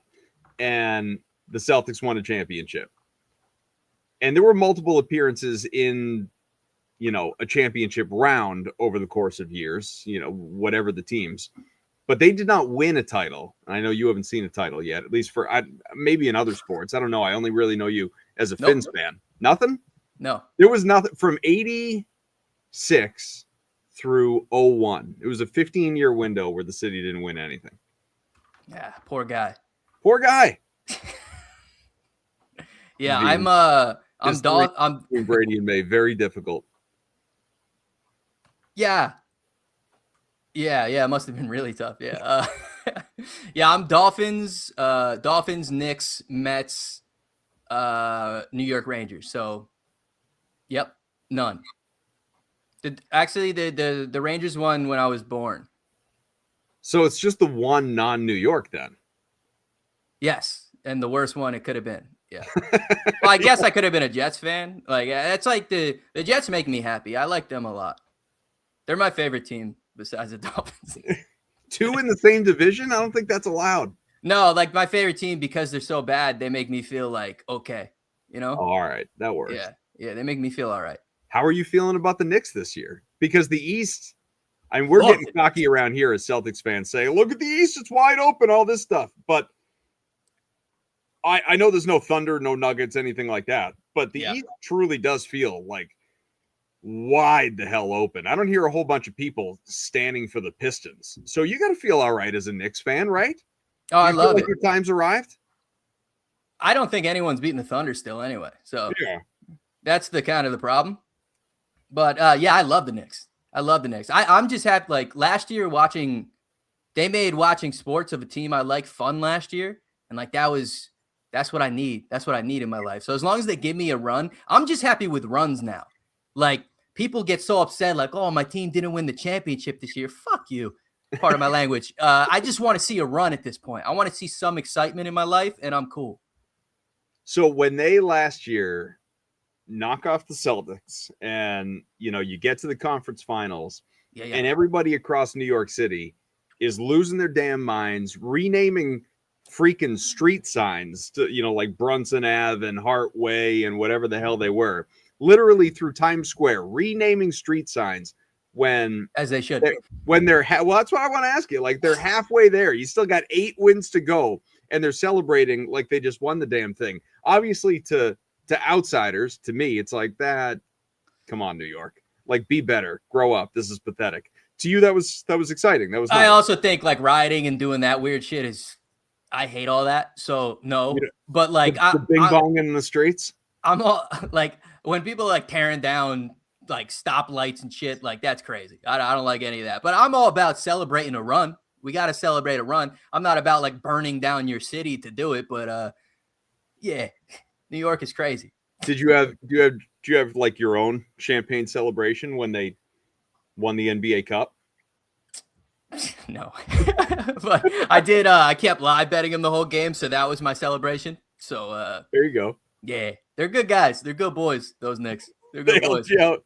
Yeah, they're nice. Who do you think you're the most profitable on?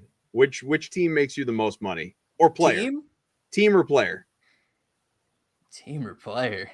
It's the Knicks. Well, I mean, so far, because they went on like a big streak where they were winning and covering for a while. So this year, the Knicks so far.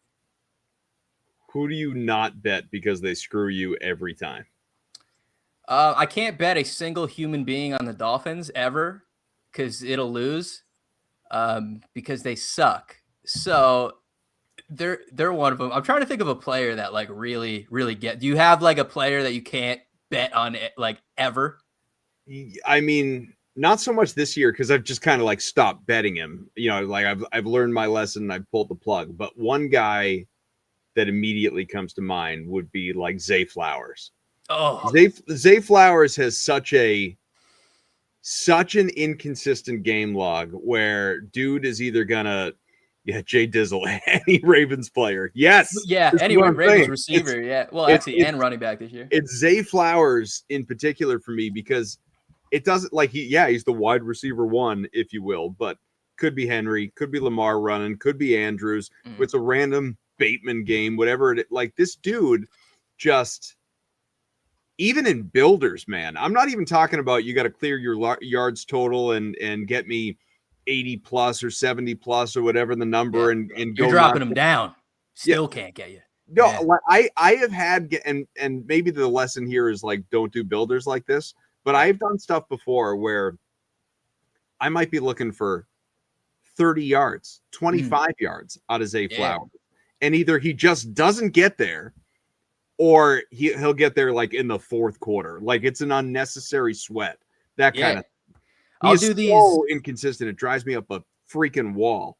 I'll do these like a lot of times, like just day long parlays, and then leave it to one leg at night for the night game. And the Ravens play a lot of prime time. So I remember last year it was like a 14 legger, sent it to all my buddies.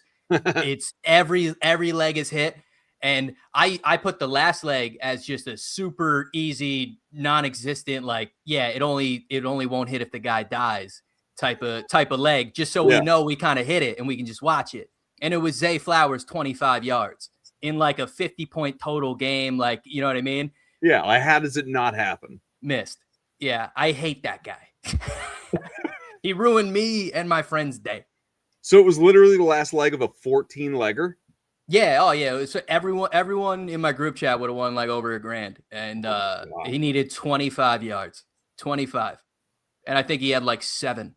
Do you ever consider hedging in that in a situation where, you know, I'm not talking about a 14 legger, but like to a lot of people out there that would be automatic, but even like a, you know, 4 or 5 legger or whatever, if it comes down to the last play and everything else is in and you're at the start of a game and you have the bandwidth to think this out and make a bet. It's not staggering starts and all that stuff. You can, or overlapping starts, I should say. Will you ever hedge? Yeah. If my day was good, I won't. Okay. If it was bad, oh yeah, I'll take what I can get at that point. Yeah, just try and guarantee yourself. You know, banged me last night. Who's that? Tyler Warren. He got me good. I had like a 10-1. Just needed 1 catch. He had 9 targets and only 3 catches. Oh God. Yeah. I feel like Rivers hit everybody else in the chest last night except Tyler Warren. I don't understand what was going on. It was making me very angry. We were talking on the show last night too about, I got to remember exactly where he finished. I got to pull it up. Jay Dizzle knows the exact game I was talking about. It was against the Bengals and he had 6 yards. He says I needed that too for 18-1. It's gross. No, wait, like Warren or the Zay? Yeah, it's true. You'll have to weigh in on that. Rivers we joked yesterday on the show, watch Rivers throw for, we said the conversation was actually, is it more likely that Phillip Rivers throws for 300 yards? And remember, his line going into the game was like 159 or something. So was it more likely that Rivers hits 300 yards or that you take his under 120? And it was a legit conversation. We could not decide which was more likely. And of course the dude goes out and passes for 277. Now, and instantly he was chucking. And you would think had over 100 before the end of the first quarter. And with the 49ers defense, like you would think, I took all of Jonathan Taylor's unders, but so that worked. But I did not expect Phillip Rivers to just be chucking. I guess, which is neither did the 49ers. So well, they also just didn't care. They're like, whatever, let him have it. We got to slow down Taylor. Let Rivers do whatever he wants. Because It's not like he was, airing it out like one duck after another. Not a good ball was thrown well. Much. It wobbles so much. He was accurate with him for the most part, so that was impressive. Even my 13-year-old is watching this, and the typical mind of a teenager, right? He's like, "Do you think this guy can even throw a spiral?" He's like, I bet I could throw a better ball than Phillip Rivers. I'm going, buddy. I promise you can't. But I appreciate that you feel that way. Do you want to talk about top white receivers? Always. Yeah. I mean, it's my favorite topic. I love Alec Pierce. I think he's like legit good. Like real life good. Yeah. Real life good. I know you like Lad McConkey too much. I do like Lad, yeah. Alec Pierce is good. Good. Did you feel that way going into the game? I know he scored a couple touchdowns. Oh, he's been great all year. But like number one good? And when you say great all year, is he even a 1,000-yard receiver? Don't ask me questions I don't know the answers to. I'm pulling up his stats. Yeah, you pull them up. Because 1,000 yards is the baseline for good at this point with a 17-game schedule. He's 43 for 871 and 4 touchdowns. So We'll get to there. me, so to me, those are like, yeah, he might get to 1,000, maybe. You can't even depend on that, but that's like slightly above role player good. I'm at this saying point. eyeball wise, when I watch him, he's good. He's good. Okay. Yeah. Who are your other favorite white wide receivers? That's really all I got. Who else is there? What do you think happens on my computer if I Google best white wide receivers? I think that's fair. I think it'll be a safe, honest search. Oh, I don't need in history. Actually, can we talk about something that I don't understand as well? And then I we'll can get only back to imagine where this might go. then we'll get back to the wide receivers. One of these popped up in my search. Is Adam Thielen the greatest white / Caucasian wide receiver? I'm actually, this is good because who else is there? I actually really don't know. Like currently, like who do we got? TikTok made a video with the top white wide receivers of all time. So as they are I don't delivered, want all time. Well, I'll give you the all time. All right, give me the all time. Julian Edelman checks in at number 5, which feels insulting, but maybe it's not. Then number 4 is Cooper Kupp. That's fair. He's better than Edelman. At least he was. Yeah. Ed McCaffrey at number 3. Ancient. Wes Welker at number 2. I'd rather Jules than Welker. So who's number 1?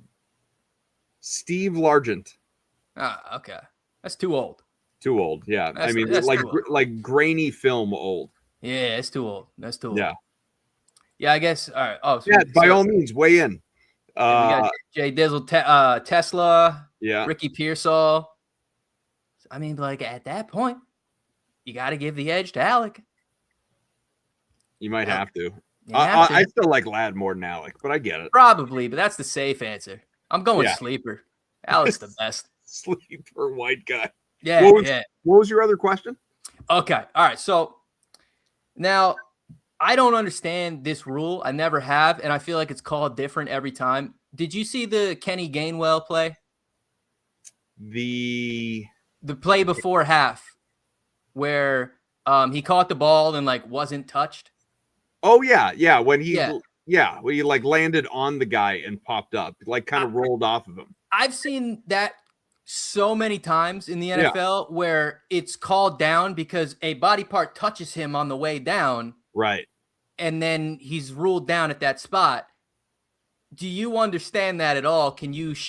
I don't. I don't understand a lot of rules in the NFL. That doesn't make any sense to me. Well, I mean, first and foremost is it a catch? Like that is the center of every freaking controversy, as well as like, is it pass interference or is it not? Like what happened in that Patriots game, with the 50+ yarder, the Booty. He barely touched him. It's fine. Yeah, full on tackle before the ball was anywhere near him. Full on tackle. That's you legal. Can do that now. Yeah, that's no issue. But like, so that ball was like clearly a catch when he gets possession, and then he has to be touched, and he wasn't. But I've seen it so many different ways where the guy will get contacted like as he's going up and then catch the ball, but then the guy's no longer contacting him anymore, and then he's ruled down. I don't understand. I've seen it so many different ways. So I don't get it.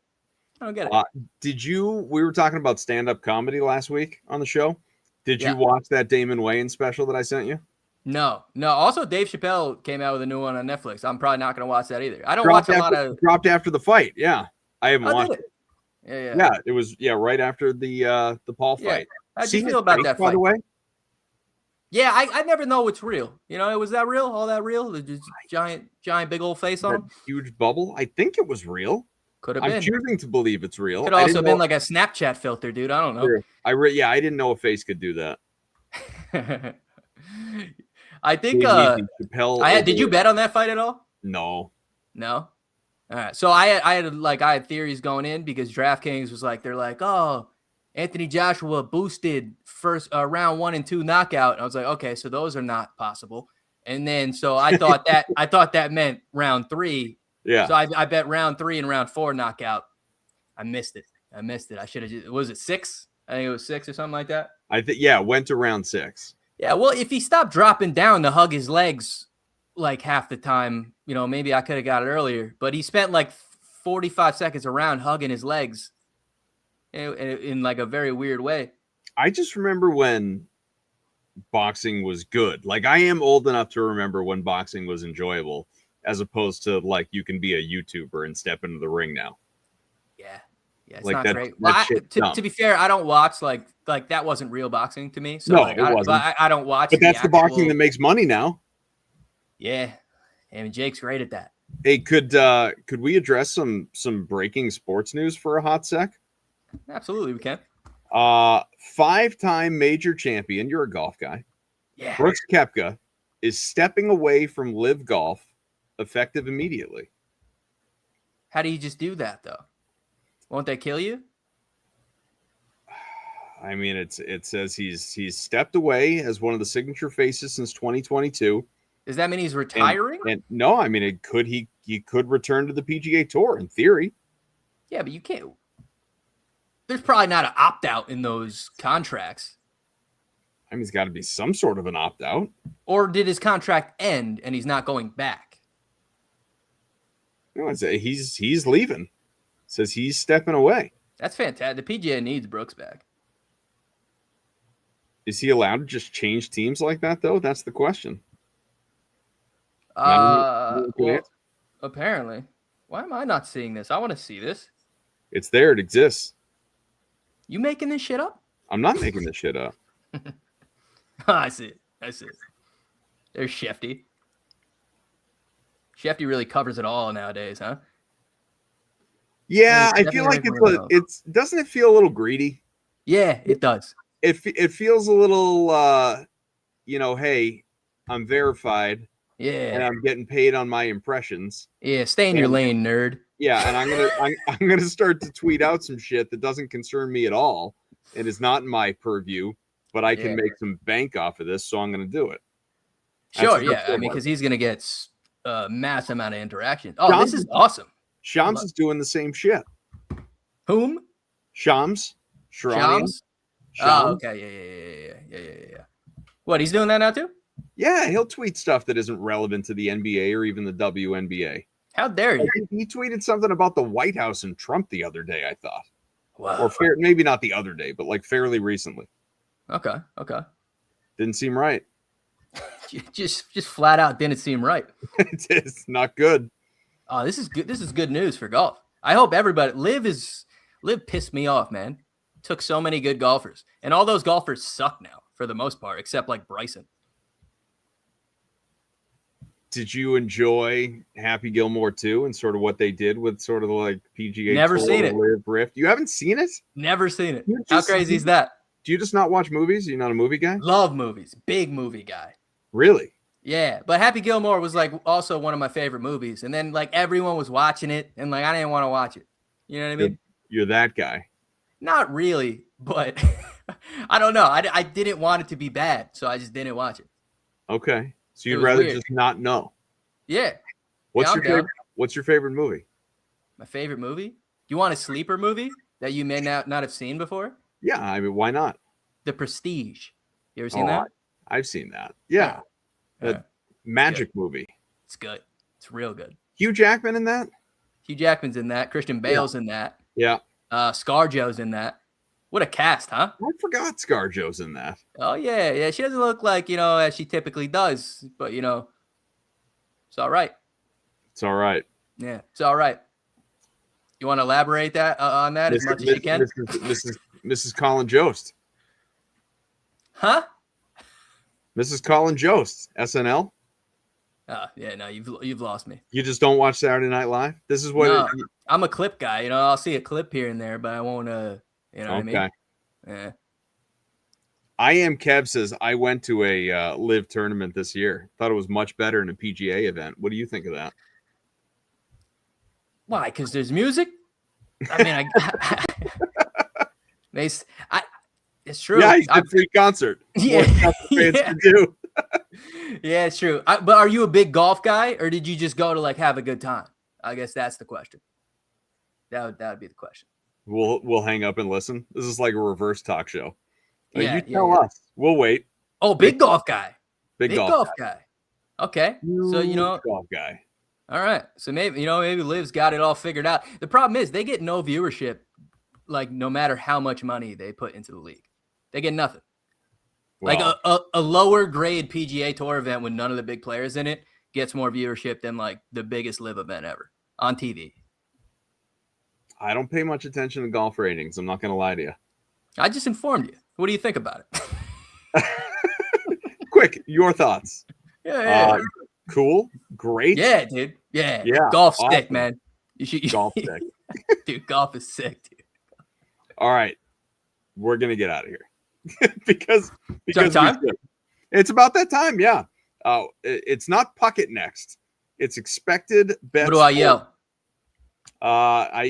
Yelling expected bets 4 feels a little long. That's true. It's too long. SPJ, Yeah. can you help us out with that now that you're back from court? What can I yell? You can still yell Puckett. Puckett! All right, good. All right, good. That's still allowed. All right. Well, we come your way Tuesdays, 4:30 Eastern. Also, Prestige, incredible film. 10 out Oh, of thank you for that. I might have to watch that tonight. Meanwhile, I guess we'll have a run up to New Year's show on the 30th. So that'll be fun. Maybe Sia will decide he wants to be part of the show still and join us. He's not going to come. Otherwise, I'm over him. You know what I mean? I think. redo the intro. yeah. Adam, what up? Shout out at. Cat, what up? SPJ, what up? Yeah, he's done. He's done now. Not done. Sia. Sia. That's what it'll be. See you later. Yeah. See ya later. Yeah. All right. Well, we should go, but always fun. Jump into the Saucy Five. Those guys gave out earlier. Thorb and I honored to be part of it. Obviously, you had to really wedge your way in there, but I did completely it'll invited hit. myself to the party. Hey, Merry Christmas, everybody. Hopefully, you had a happy Hanukkah and Kwanzaa and everything involved. Thorb, talk soon, there, pal. Talk soon. Happy right. Merry Christmas to everybody out there. Take it easy. All right, next up on the network, Puckett. No, Puckett. Puckett. Or the other. Or the other show. All right, bye. See you.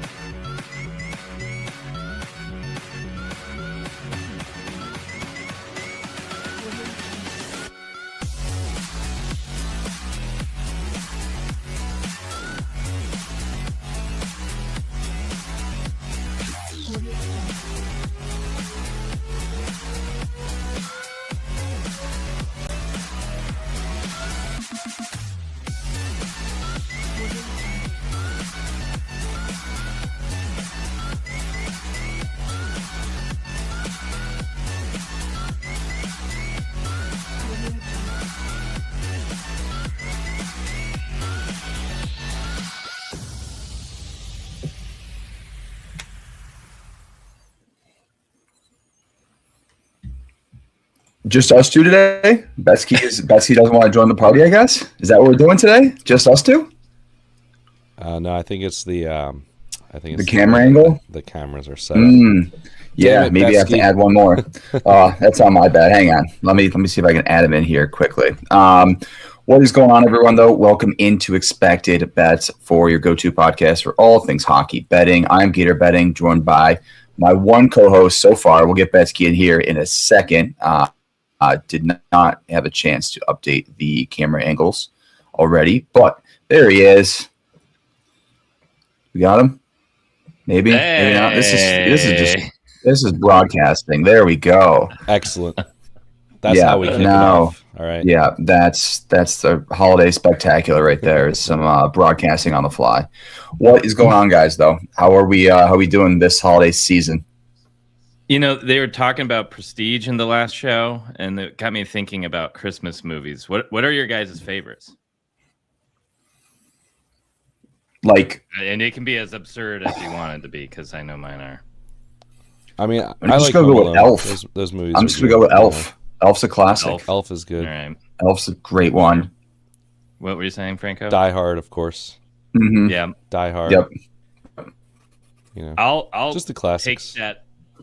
What about Eyes Wide Shut? That's kind of a Christmas movie. Oh, The okay. orgy and everything. Okay. Never seen Yeah, it. that definitely That's right fits around. in the Oh, holiday. really? Scorsese. Never That seen fits it. in the holiday Kubrick. spirit. Yeah, Hand up, not a big movie Nicole guy. Kidman, they go to like a weird sex cult thing. Fantastic holiday movie. Then another one, I had to look it up. It's not. In my head, it's a Christmas movie because I saw it on Christmas Eve. Manchester by the Sea. Have you ever seen that with Casey Affleck? No. I haven't seen any of these movies. I'm struggling today. Is The Prestige considered a Christmas movie?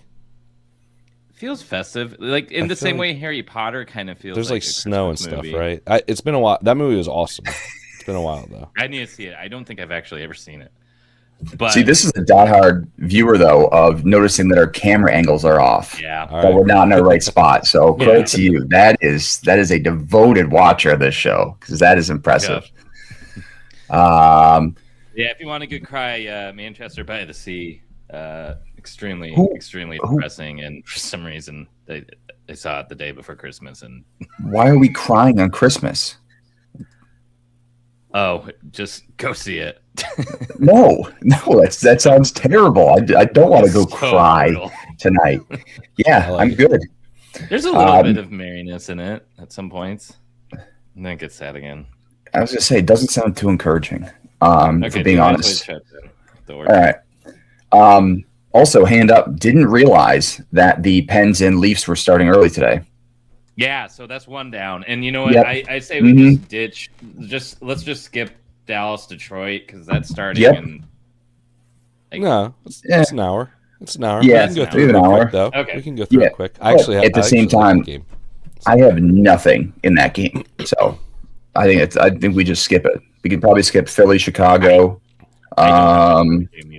Seattle, LA. Easy. You can skip. All right. No, we gotta go through it. Now you're just getting off the rails, man. This is just crazy. Listen, I'm riding high right now. 6-game win streak. Picked up freaking eggnog. How much did you have? Sabres. You got a Sabres hat on. Listen, I went to the game the other night. The Sabres are for real this whole season. No, I re-upped. I went to the game the other night and I just re-upped. I just went right back to the Sabres store and like just a kid got his first game, you know? Yeah, exactly. Well, I mean, I tried to get the beer saber, but the game started at 5 and people were in line at 3:30, like outside the stadium waiting to get in. So didn't expect that. So not to be a huge spoiler, but that's the opposite of Manchester by the Sea, where you didn't burn their house down. Oh, you'll have to see it to understand now. What a tease! Wow, can't wait to watch that one then. And yes, the Gunner sunglass picks are just absolutely elite. The dude has killer taste in his shades and knows how to rock them. So. Is that going to be on a Clean Hits t-shirt coming soon? We may need to, yeah. Okay. We have to re-up the Gunther. All right. We have so many games to get through. So let's just start up top. Dallas at Detroit. Detroit plus 105. Dallas minus 125. What do you guys got in this one? I have nothing. We'll start there. I don't have much. I mean, okay. I jotted down all the big names. I think the best value you can get out of this is Heiskanen point or Jamie Benn point. If you're looking for something that's not just like a chalky parlay piece. Otherwise, these are two teams that the top 6 are really the only ones you're looking at. And unfortunately, the top 6 for both of these teams, points or shots, are pretty juiced. So good, decent parlay pieces in here. The weird thing is these players don't have great history against the opposing teams. So outside of just recent performance, and by the way, everybody, all the main guys have really rocky recent performances. It's hard to like much, but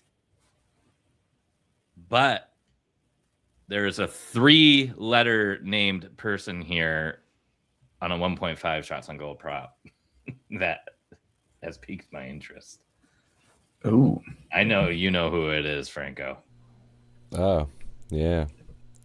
JVR, eh?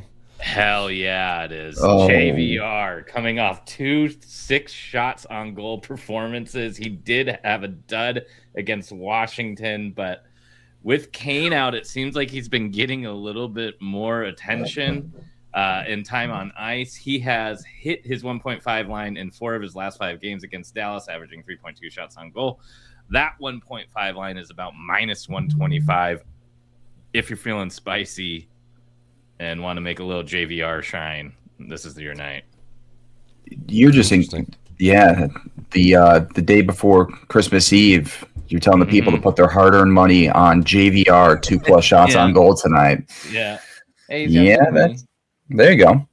Franco, any looks for you in this one? Yeah, I do agree. The Heiskanen point looks really good at the price. Good head-to-head history as well, which is just a nice bonus there. I see goals here. I think this should be a fun game. So I like that at the price at minus 123 for a point. Seems like kind of silly given his recent form. I do like Robertson goal at plus 140. Usually I don't like betting those types of guys, but history and recent form looks fantastic. And then Leonard on the other side for Detroit. Goals in 2 straight now, plus 500 on DraftKings. Going right back to the well there.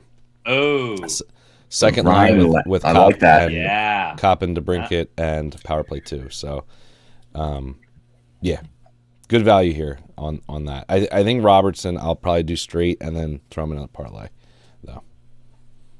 I like that a lot. All right, I'm just going to keep moving along here, just going through the games. If you guys have a play that I didn't get to, just scream, and we'll go from there, I guess. New York at Washington. Next game up.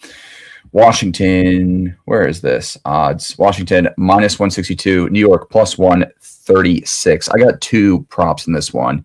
Defensemen are just a great look. I feel like I just continuously go 1-1 on this, but Carlson at 2. Chikrin at 3. Chikrin 3+ is. Are they bettable today? Let me see. It's the one I didn't write down. And I think it's that situation where the books are playing chicken. They're like, it's eventually going to have to miss. But so Chikrin's minus 195 at 3+. So that's not bettable. Carlson at 2+ minus 140. That's going to be the bet. Has Chikrin been the best shots on goal prop all season long? He's hitting 72%. Probably, especially considering he hits his 4 a ton. Yeah. Like if you're taking him at 3 and 4 every single game, you have probably made a ton of money. Yeah. I keep getting off it and not sticking with it, but it's priced decently. Like he also, I'm looking at his chart. He only has 1 time where he's missed twice in a row. So when he misses, you can pretty much just be like, all right, cool. He's coming back. Yeah, time to just get my money back. He hasn't slowed down on his attempts all season long. It's 7.7 shot attempts as its average.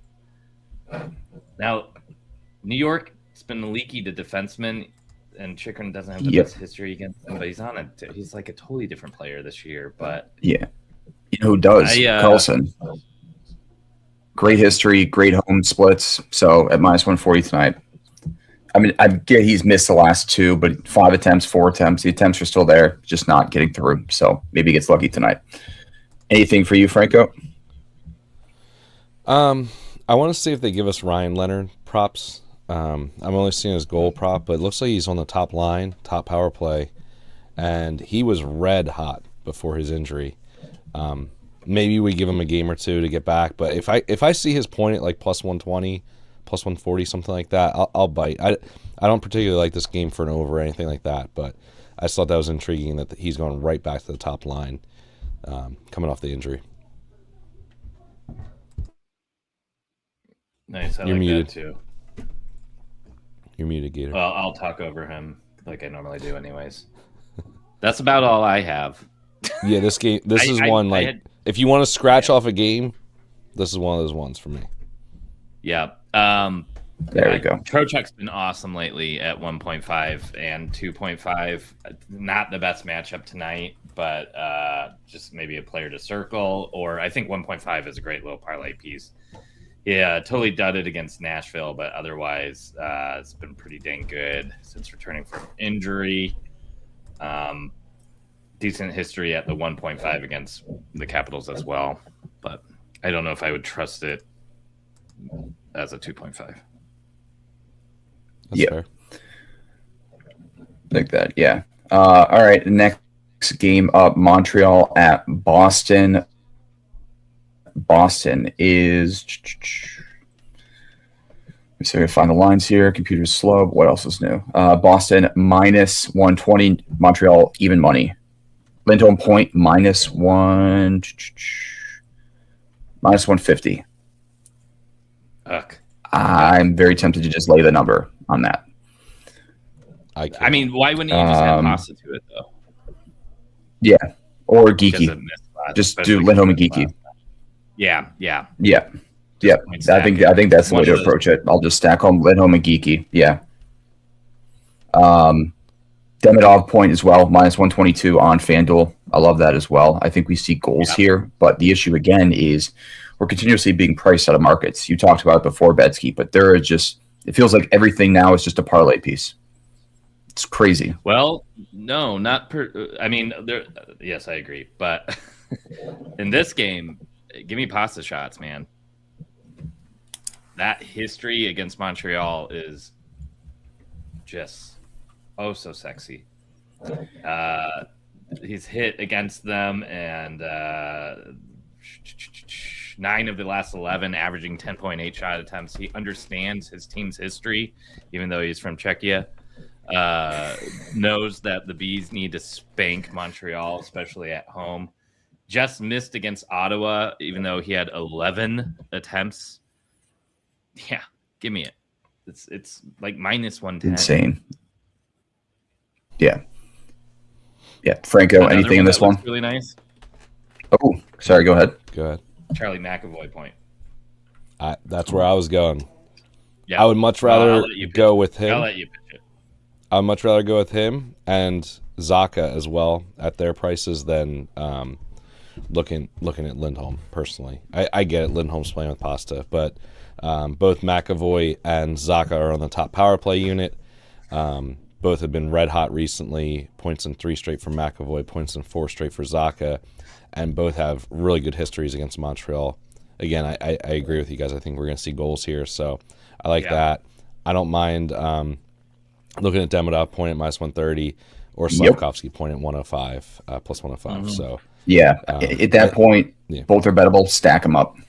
Yeah, I think that's where you just say screw it and take them both again and get that nice plus 230, plus 300, whatever it comes out to be. Ooh. Yeah, I like it. That is Take a tasty. little shot. Some Christmas cookies. Some nice little Christmas cookies with the little sprinkles on top too. Chef's kiss. Christmas onions. Speaking of point stacks, next game, Panthers at Hurricanes. Hurricanes minus 135. Panthers 114. Bennett's bettable. Verhaeghe's bettable, I think. Stack those two. Just throw in Marchand. Like, there's so many point stack options in this game, it feels like. Bennett shots against the Hurricanes is just unbelievable as well. I don't know why he has the haterade against them, but man, does he love ripping rubber against them. He's up to 4 now, too. His line was at that 2.5. Now it's at 3.5, too, which is kind of crazy. That he's the guy that's moved up on that team, not Reinhart, who used to be their main shots on goal guy. Yeah. Bennett was 1.5 for so long, too, this year. It was weird. I know. Those wrists finally are healed or something. Yeah. He could be in that consideration then. The best shots on goal guy. Big fat check in this offseason.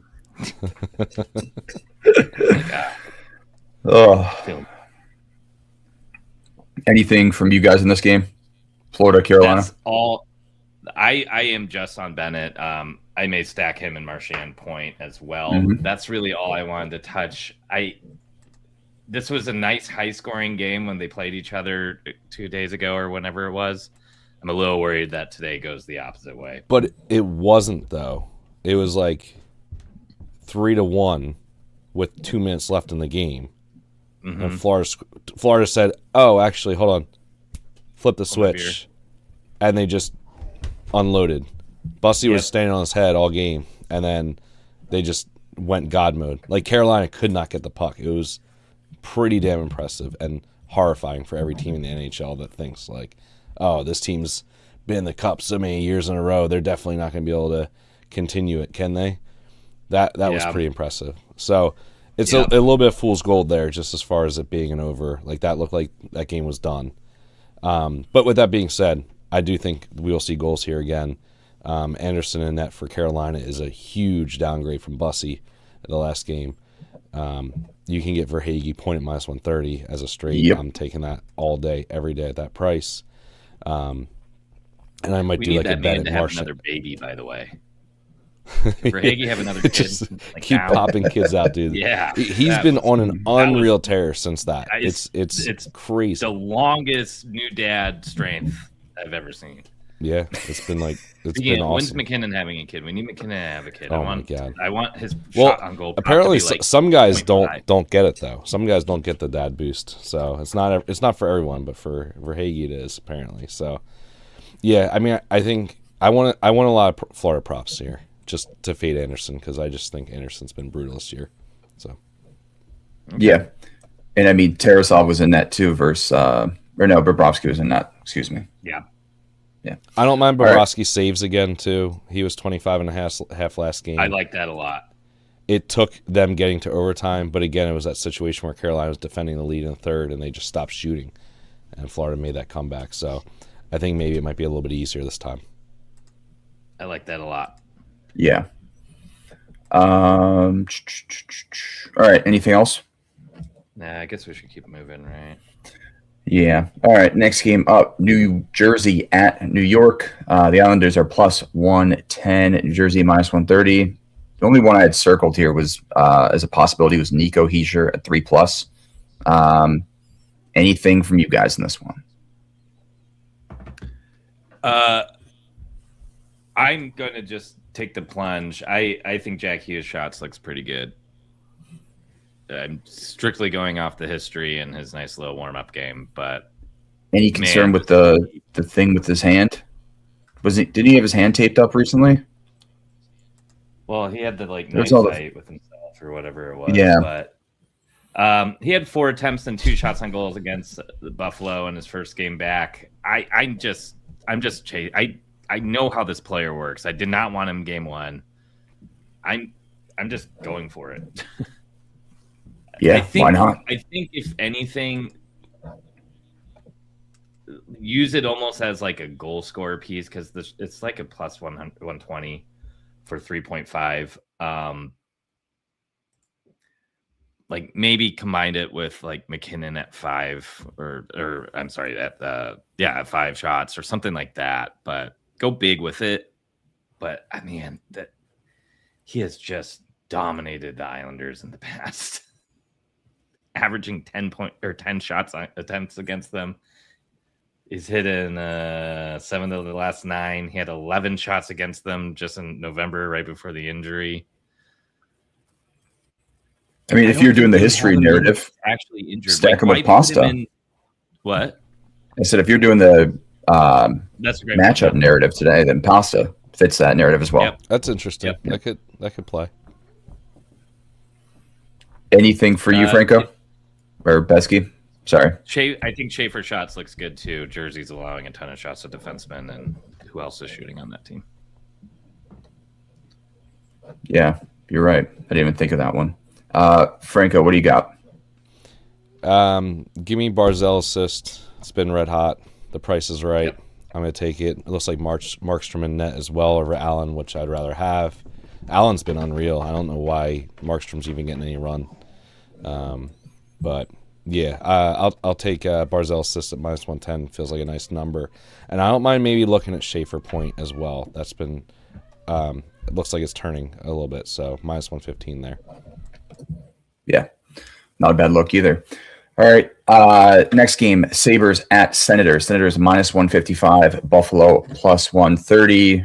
On the count of 3, 1, 2, 3. Josh Norris point. There it is. And But Cousins. what about Cousins? And Cousins as well. Yep, got to throw him in there too. Just you just don't even look at the charts. Throw the charts out. Norris point, Cousins point. Darlene point is also bettable tonight on FanDuel, which is crazy. -142. He's been unbelievable.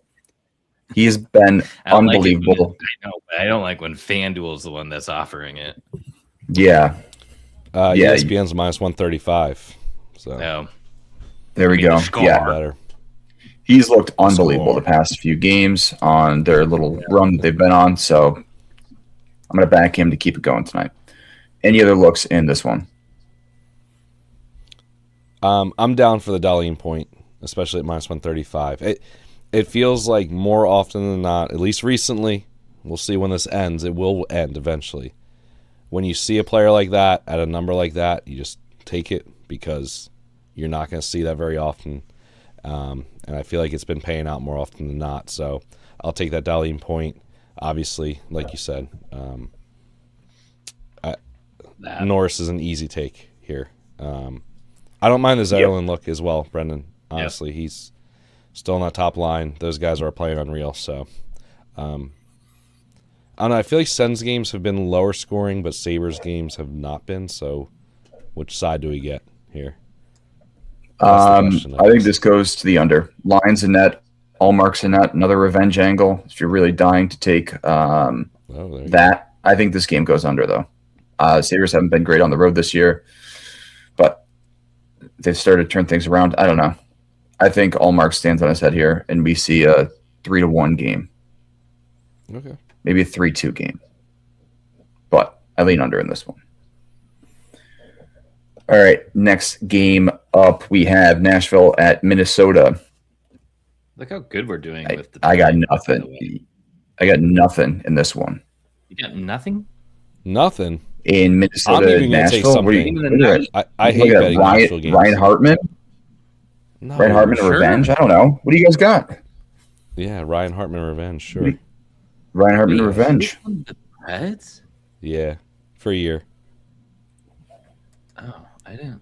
Do you know he was on the Flyers, too? Did you know that one, Betsky? No, that was. What? That would be an unbelievable jersey if you had a Ryan Hartman Philadelphia Flyers jersey.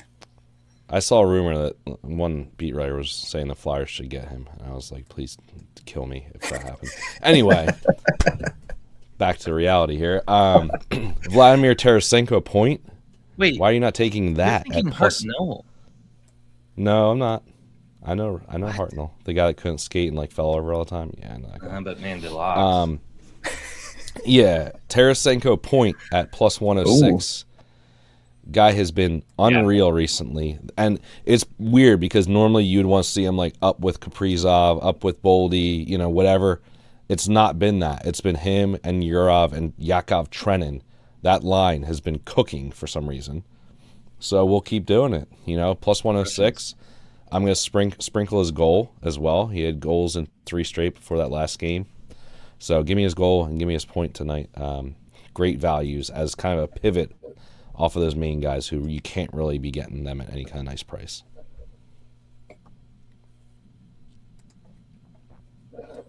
Yeah, I really like that. I have Kaprizov and Zuck point.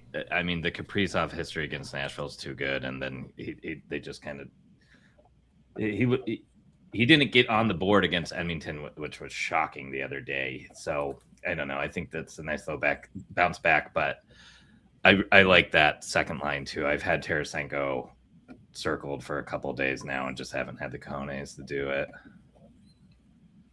Bunting 1.5 is really good. There's a parlay piece, move, Tarasenko, like 2 games ago that looked like 7 years ago. Tarasenko. Yeah. All right. Anything else in this one?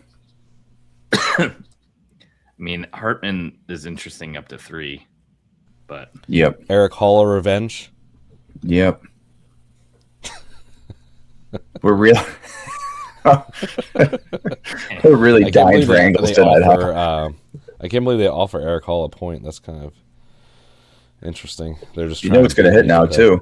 It's going to hit me is what they're doing. Yeah. They're like, hey, Franco, you see that? We're offering that. It's only offered on your book. As soon as you log into the account, they just have it's nowhere else. People are trying to bet Eric Hall points. They're like, it's not available. You're like, Trenin's revenge too. Yep. Yeah. Oh man, I'm gonna have like 10 bets in this game, aren't I? DraftKings is listening right now. Yeah, and they're like, "Oh, watch this. We're gonna have a special Franco special market right now of just revenge angles only." You know, Trennan's plus 700, so it's kind of all right. I'm not going to do that.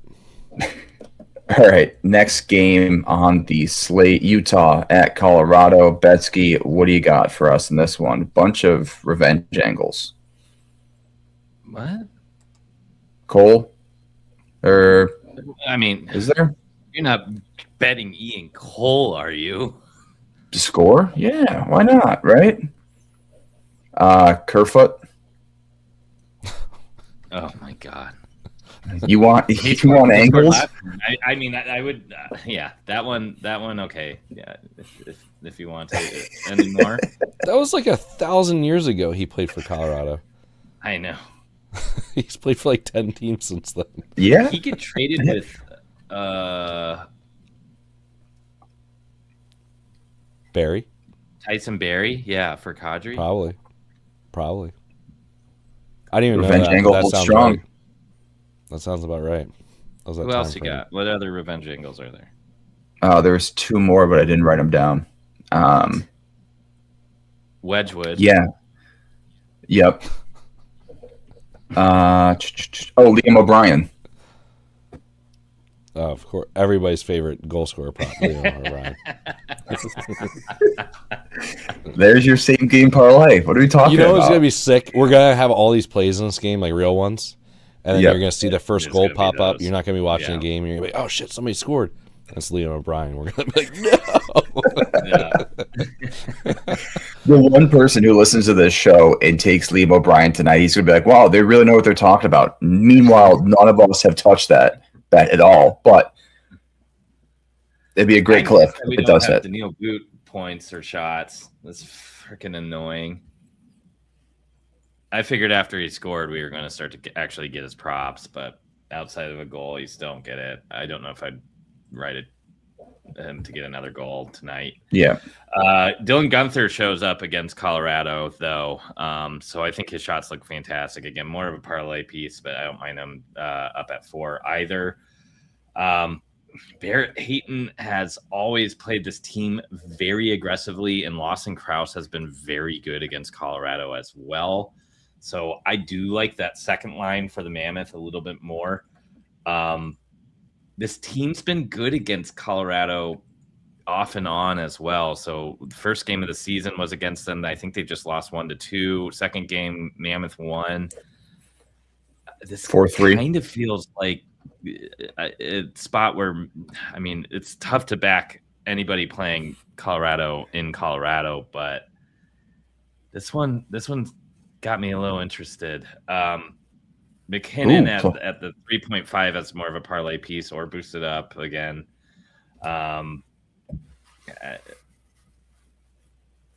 The other one I had circled. Oh, I'm sorry. Sean Dursey 1.5 looks pretty nice as well. Is Lehkonen still on the top line? I thought so. Minus 120 for a point tonight. Feels just automatic. No, That always Landeskog changes. Wow. Well, Landeskog's now on the top line. That always changes. You can never guarantee that he's on the top line, like ever. I know. Just when you think you can, he's off. Yeah. And this, you always notice it with the odds. The odds, like, always. Yeah, It's like- Landeskog's now minus 155 for a point tonight. Oh, And man. Lekkonen's on power play too, as well, just to like spite you even further. Oh my! All right, But- yep, scratch that play. but- That's crazy. but- This guy's been shooting too. I will say though, that second line looks good though. I know. Lekkonen, Nelson, and Nichushkin. So I don't mind. I'll just take those three, just points. I mean, they're all. I mean, Nelson's minus 150, Lehkonen and Shushkin minus 120. Not bad angles as well. Just those two. Nelson, good Yeah. history against Zona/Mammoth and has been ripping lately. He's hit in 6 straight for his 1.5. Out of those 6 games, 4 were 2.5 or higher. Seems like whatever they did to mix up the lines has helped him a little bit because he's been a lot more productive lately too. He has a point in 7 of his last 10. So You didn't mention Dursey point though. You said Dursey shots. yes, I like his point too. Everything Jersey. plus point has 210 been is ridiculous. unbelievable. Yep. Plus 210. Yep. 5 straight. 5 straight 6 of his points. last 7. Yep. Easy take. Yep. If it misses, it misses. I don't even care at that price. Yeah. Yeah. No kidding. No kidding. Is Wedgwood? I saw Wedgwood probable. It looks like Vimelka versus Wedgwood. Wedgwood. Wow. I don't mind Krause at his Vimelka price leads the either league for a with point. wins. Yeah, he's been pretty good. And he's been the better in goals saved above expected between the two. So, Wedgwood? no, Vimelka.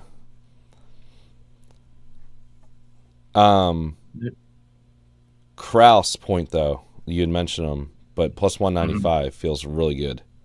Point in his last game and decent history, like you said, against them. I feel like that's another good one. Take some value here. Yeah. Anything else? No, I think this one actually looks pretty decent for a same game. Yeah. Honestly, that second line is it's more tempting than the first Both line for second Colorado. lines. Yeah. Yeah, both second lines. Yeah, I think Besky, you'd mentioned the Red Wings Cup future, right? I don't think. I think it was a cup. That was pass. what we kicked off the show with. I took them. Yeah, from okay. Most of the years of the early to mid 2000s, and I did very well. All right, next game, Philly at Chicago. Philly. I had the over circled on my card of over 6.5 Philly Toronto. Oh, really? Or over 6. Yep, I circled it. Didn't bet it because I thought the game started at 7. So, listen, DraftKings, pay me out. Didn't bet it, but it was on the sheet. So, kind of got to follow the rules with that one. All right, Philly at Chicago. Chicago, even money. Philly, minus 120. I love the over at 5.5 in this one. Why? Who's scoring for Chicago? Urson's in net. Doesn't matter. Urson's in net. Knight has struggled. Chicago in their last few games, 6-4-3, 4-3 against. Philly has been scoring a ton at 5.5. It feels low, almost like a trap. But 5.5, minus 115 to the over. Give me that all day long in this one. If that's how I go down, that's fine. Right? What? Nazar's out. Don't care. That Philly's going to put up 4 tonight. Maybe 5. Wow. Confidence in Philly offense and a Rick Tocchet offense, you say? Dvorak point also looks great. It's just going to be north-south, boys. Dump it in. Don't let them touch the fucking puck. Dump it. We're winning 1-0. Dump it. I was going to say, yeah, You unless guys Tocchet already just won put... the game. We don't need to score anymore. Dvorak point as well. Franco, what do you got for your Flyers? All right. First of all, before we even get into like the plays that you would expect to hear, Denver Barkey over 1.5 shots. Finally, they're going to give it to us. The dude is like 5 feet tall, yet in both games, he has been in and around the net on the power play. It doesn't make any sense. Like, he should be the guy getting killed if he's trying to be in front of the net, but he's like wiggling his way in there, I guess, because he's so small. He's been like so a close to Nathan Gerby scoring. Poster in his room growing up. Probably. Yeah, he must love Nathan Gerby. Absolutely. Because he's been so close to scoring too. Like, he's going to get it. It sucks because I backed it both games. Now they finally give us a shot prop. So at 2, I'm taking that easy, especially given this matchup, right? So that's the one that's kind of like off the board. I agree with Brennan to look at Tippett. 10 shots last game on 11 attempts, and he had a ridiculous goal. Goals in 2 straight as well, so I don't mind maybe doing a little bit on a shot, a little bit on his goal. You never want to go full bore on Tippett just because he's so inconsistent, but if he's starting to build a little bit of confidence, he can kind of put it together. Like, the talent's there. He's just a head case, unfortunately. But And then otherwise, I do agree though, Gator. I think there will be goals here, but I'm mostly looking at Flyers guys. I think Cates for a point looks fantastic. He's been producing recently, and Brink as well. So take your favorite guys. I think Drysdale still on top power play. He's been pretty effective recently. Missed last game. And what I've been doing, FanDuel, if a team does not score in like the first 10 minutes or 15 minutes, you can bet players for a point and get like a really good price on it. So I've been hitting Zegras. Like if the Flyers don't score in the first 10 minutes of the game, you can get Zegras at like minus 120 for a point, and he's just been ridiculous. So if you see it's nothing, 10 minutes or whatever into the game, grab Zegras for a point. When you're glued to your TV tonight watching Philly, Chicago, wait for that 10-minute mark, and then log on to FanDuel and grab that Trevor Zegras point. Betsky, anything for you? Nope. I wanted to ask about Barkey. Who's the shots on goal guy? Franco, you said? Barkey? Barkey. All right. So his Mount Rushmore was like Gerby, Tyler Ennis, and then just all small Sabres guys. Yeah. Garland, Martin St. Louis. Yeah. Gerby. Yeah, St. Louis definitely up there. Gerby is like the guy though, man. As soon as you said that, I was like, oh man. Yep. Gerby over in the Swiss League right now. Man, impressive. That photo of him next to Tyler Myers is all timer. if you guys do throw that game on, look at him. Like if you see him next to like Sanheim or Risto, it's the same thing. It's like, what the hell? How's this guy playing? It's crazy. No, I don't know. Someone tweets me a picture, great, but I'm not turning that game on. All right, we got 3 more to go. Battle of Alberta tonight. Calgary at Edmonton. Edmonton at minus 146. Calgary plus 122. Give me Edmonton money line. Yeah. Yep. Edmonton money line minus 146. I think it's minus 142 on some books. That's really all I got in this one. Is Rasmus Anderson done with his auditioning for other teams? Because he finally snapped his 2.5 streak of 7 games. He realized he's never getting out. That ruled. That was great. Yeah.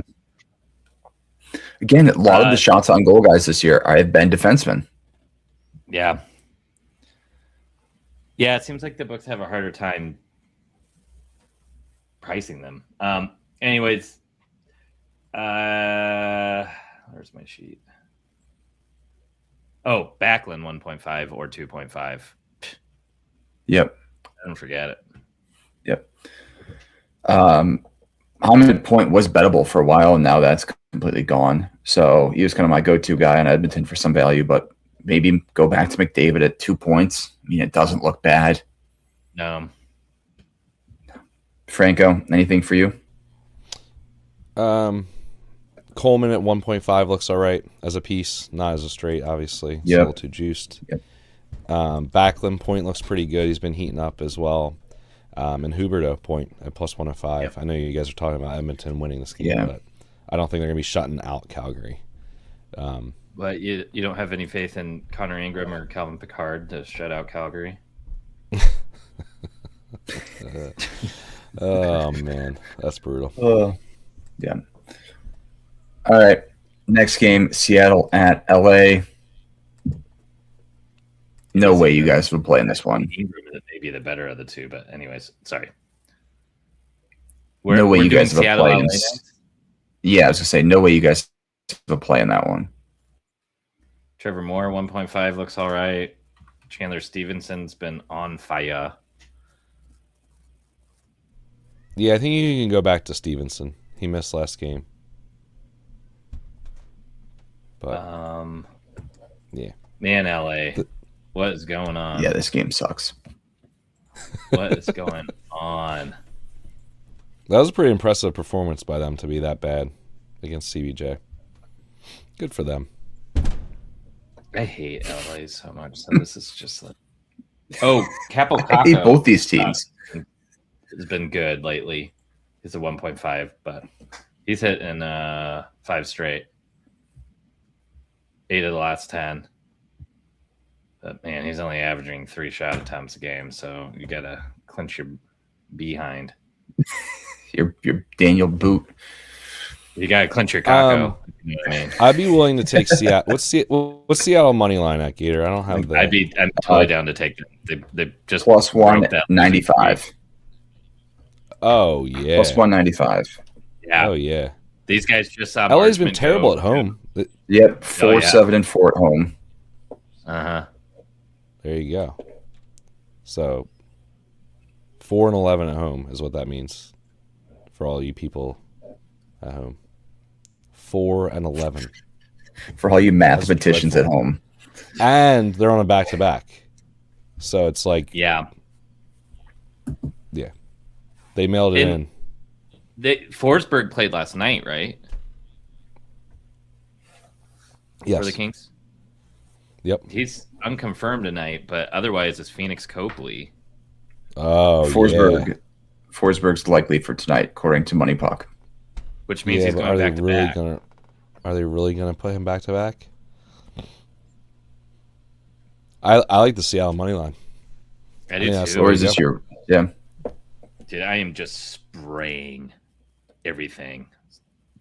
This is going to go well. I'm feeling good about tonight. Yeah. Well, it's nice. This is always worked out 3 well. 3 days of no hockey after this. Just get it out. Mm-hmm. Pretend like you're just betting these, all the bets you have, pretend like it's over the next 3 days, and then it won't feel as bad having 15 bets. Yeah, exactly. Like or this is just a one-off day. It doesn't count towards your record. Goes on the trip, and you're home alone. If you know what I mean. Get some onions. And you eat This is a one-off day of the year where it doesn't matter. It doesn't count towards your record. Yeah, you lose. You gotta get whatever. it all out. It's just it's a play-a-palooza. All right, last game: San Jose at Vegas. Vegas in regulation -130. That's one of my plays. And then favorite parlay piece of the night: Thomas Hertl for a point.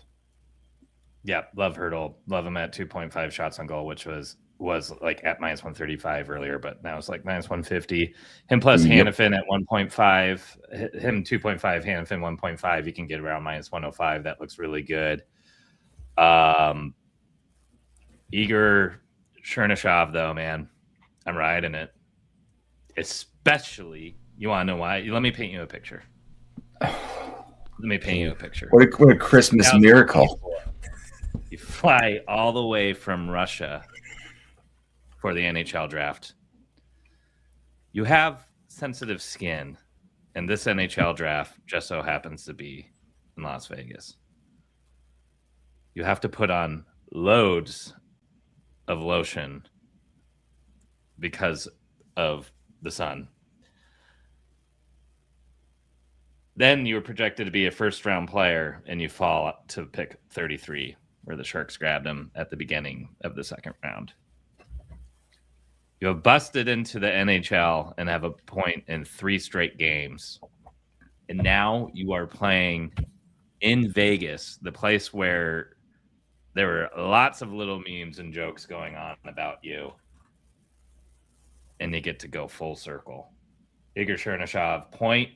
His 1.5 shots on goals looks good. He had 10 attempts and 5 shots on Seattle last game, 5 and 3 on Dallas. His second game ever. He only had 1 shot and 2 attempts in his first NHL game.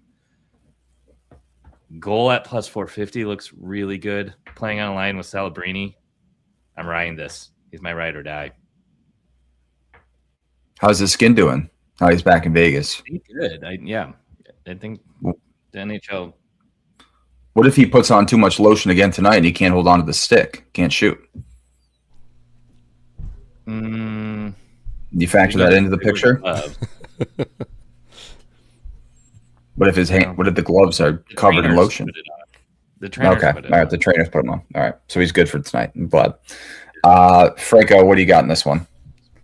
Yeah, I like the Chernyshov look for the point. Yeah, I think you can make an argument for him and Graf for a point. You look at Celebrini point, just for a point or whatever, it's gonna be like -2 whatever. Yeah, these guys are both plus 130, plus 140. Yep.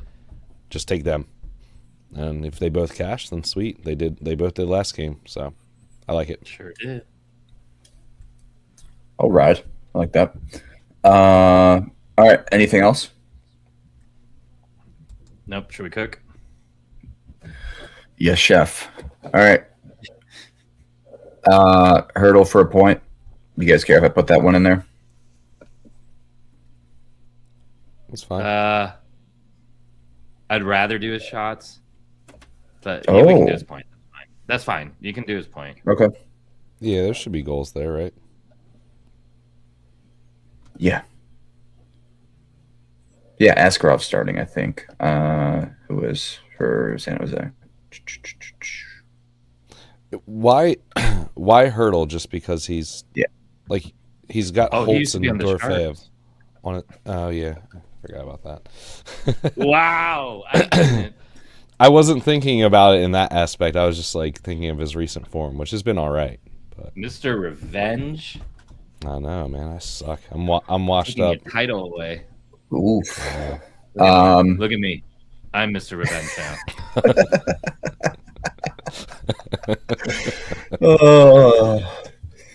It was only a matter of time before this show went off the rails too, and I'm shocked that we lasted made until it the this last far. game of the slate. We made it this far. At this point, it's all gravy. All right, what do you guys got for your legs of the parlay?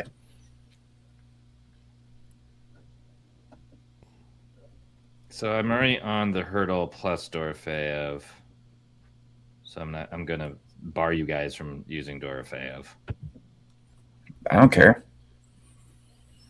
And Hurdle or just Dorofeyev? No, if we want, we can use Hurdle if we want, but no Dorofeyev plus for him, just in case. I can't have Dorofeyev potentially score too.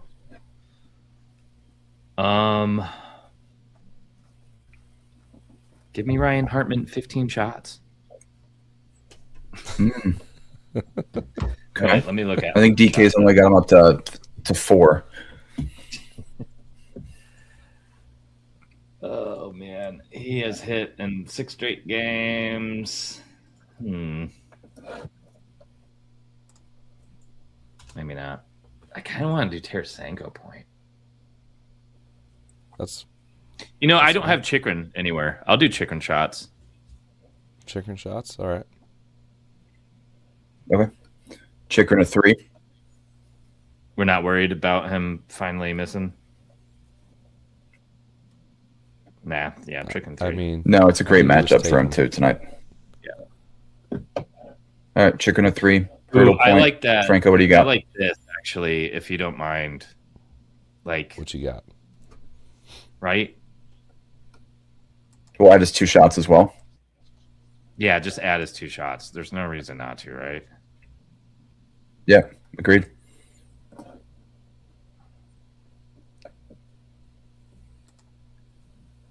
Give me you got give me Coleman 2 shots. Blake Coleman. Yeah. All right, so that brings us to this is a plus 290 parlay. We're gonna need to do better than that. Yeah, we need to get something a little less. Yeah, that's not going to cut it tonight, boys. Take Chikrin out. I'm going to take Hurdle out too because Hurdle's minus 185. Let's go. We'll go big game hunting here. We'll take Hurdle out. Starting over. Scrap it off. Starting over. Scratch it. All right. How about this? Dursey point.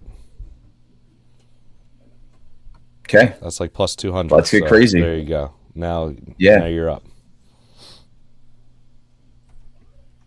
Over Kraus point. Yeah, it feels safer being a defenseman. Okay.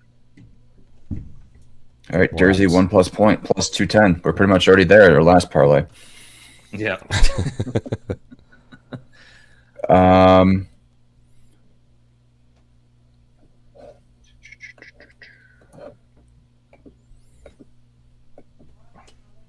Can I go the over in Philly, Chicago? Oh man. I'm worried. Take a player in it. Take a player in the game. All right. Yeah. All right, Dvorak point. Yeah, there you go. There you go. Right. He's from Illinois. Perfect. Even better. Yep. All right, Dvorak point. Okay, now we can have two Dersey, chocolate pieces. Why don't we add chicken shots here now? Throw No, them back in the fire. don't be a coward. I'm waiting for your plus 180 right here. All right, turn off goal. There it is. Turn off point. No, Point. I want to. I'd rather do a shots. Yeah. His shots mine's 130 for Hey. 2. Yeah, but his Take it to points 3. plus 135, and that would get Take it to 3. 14 for 3 points tonight. So, No, 3 shots. Igor, 3. You want his 3 shots? No, I'm fine with 2. This 3-leg parlay is plus 1,000, by the way. With 2 shots. Yes, that's with 2 shots. All right, let's do that. Yep. Yep, that's it. Dude. All right. I It's only like 3 legs. easy. And if you want the Jersey point. 8-leg parlay, that is only plus 290. That was Coleman 1.5, Hurdle point plus 1.5 shots, Chikrin 3 shot. Our 16 leg that's barely gets us back to even money, or our 3 leg parlay that's plus 10,000. Which one do you want? All right. So once more, it's Dersey point, Dvorak point, and then Chernyshov 2+ shots on goal. That is plus 1079. That will be posted on our Twitter at Expected Bets 4. Yes. So if you go to our Twitter at Expected Bets 4, the bet slip will be there. Tag Playbook. They will put the bet slip in for you on whatever book that you want to use. Any last thoughts, comments before we wrap up this holiday extravaganza? I forgot one more thing. Maverick Bork's on the top line with Robertson and Hintz in that game that's going to start in 3 minutes. So grab his goal. Nice. Nice Leonard Bork parlay. There you go. Betsy, anything else? Nope, that is it. Merry Christmas, you filthy animals. Yep. All right, we want to thank everyone for tuning in to Expected Bets 4. We will talk to you guys after the holiday season. Wow, Betsky's leaving early. This is disgusting out of him right now. Turn the camera off. He's leaving. We're heading out as well. We hope everyone has a very happy holidays, and we will talk. What you know about rolling down in the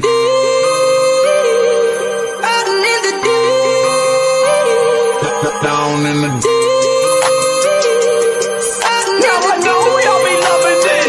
right here. Rolling. What you gonna do? Rolling. What you gonna do? Down in the rolling. What you gonna do? Right, y'all be loving this shit. What you know about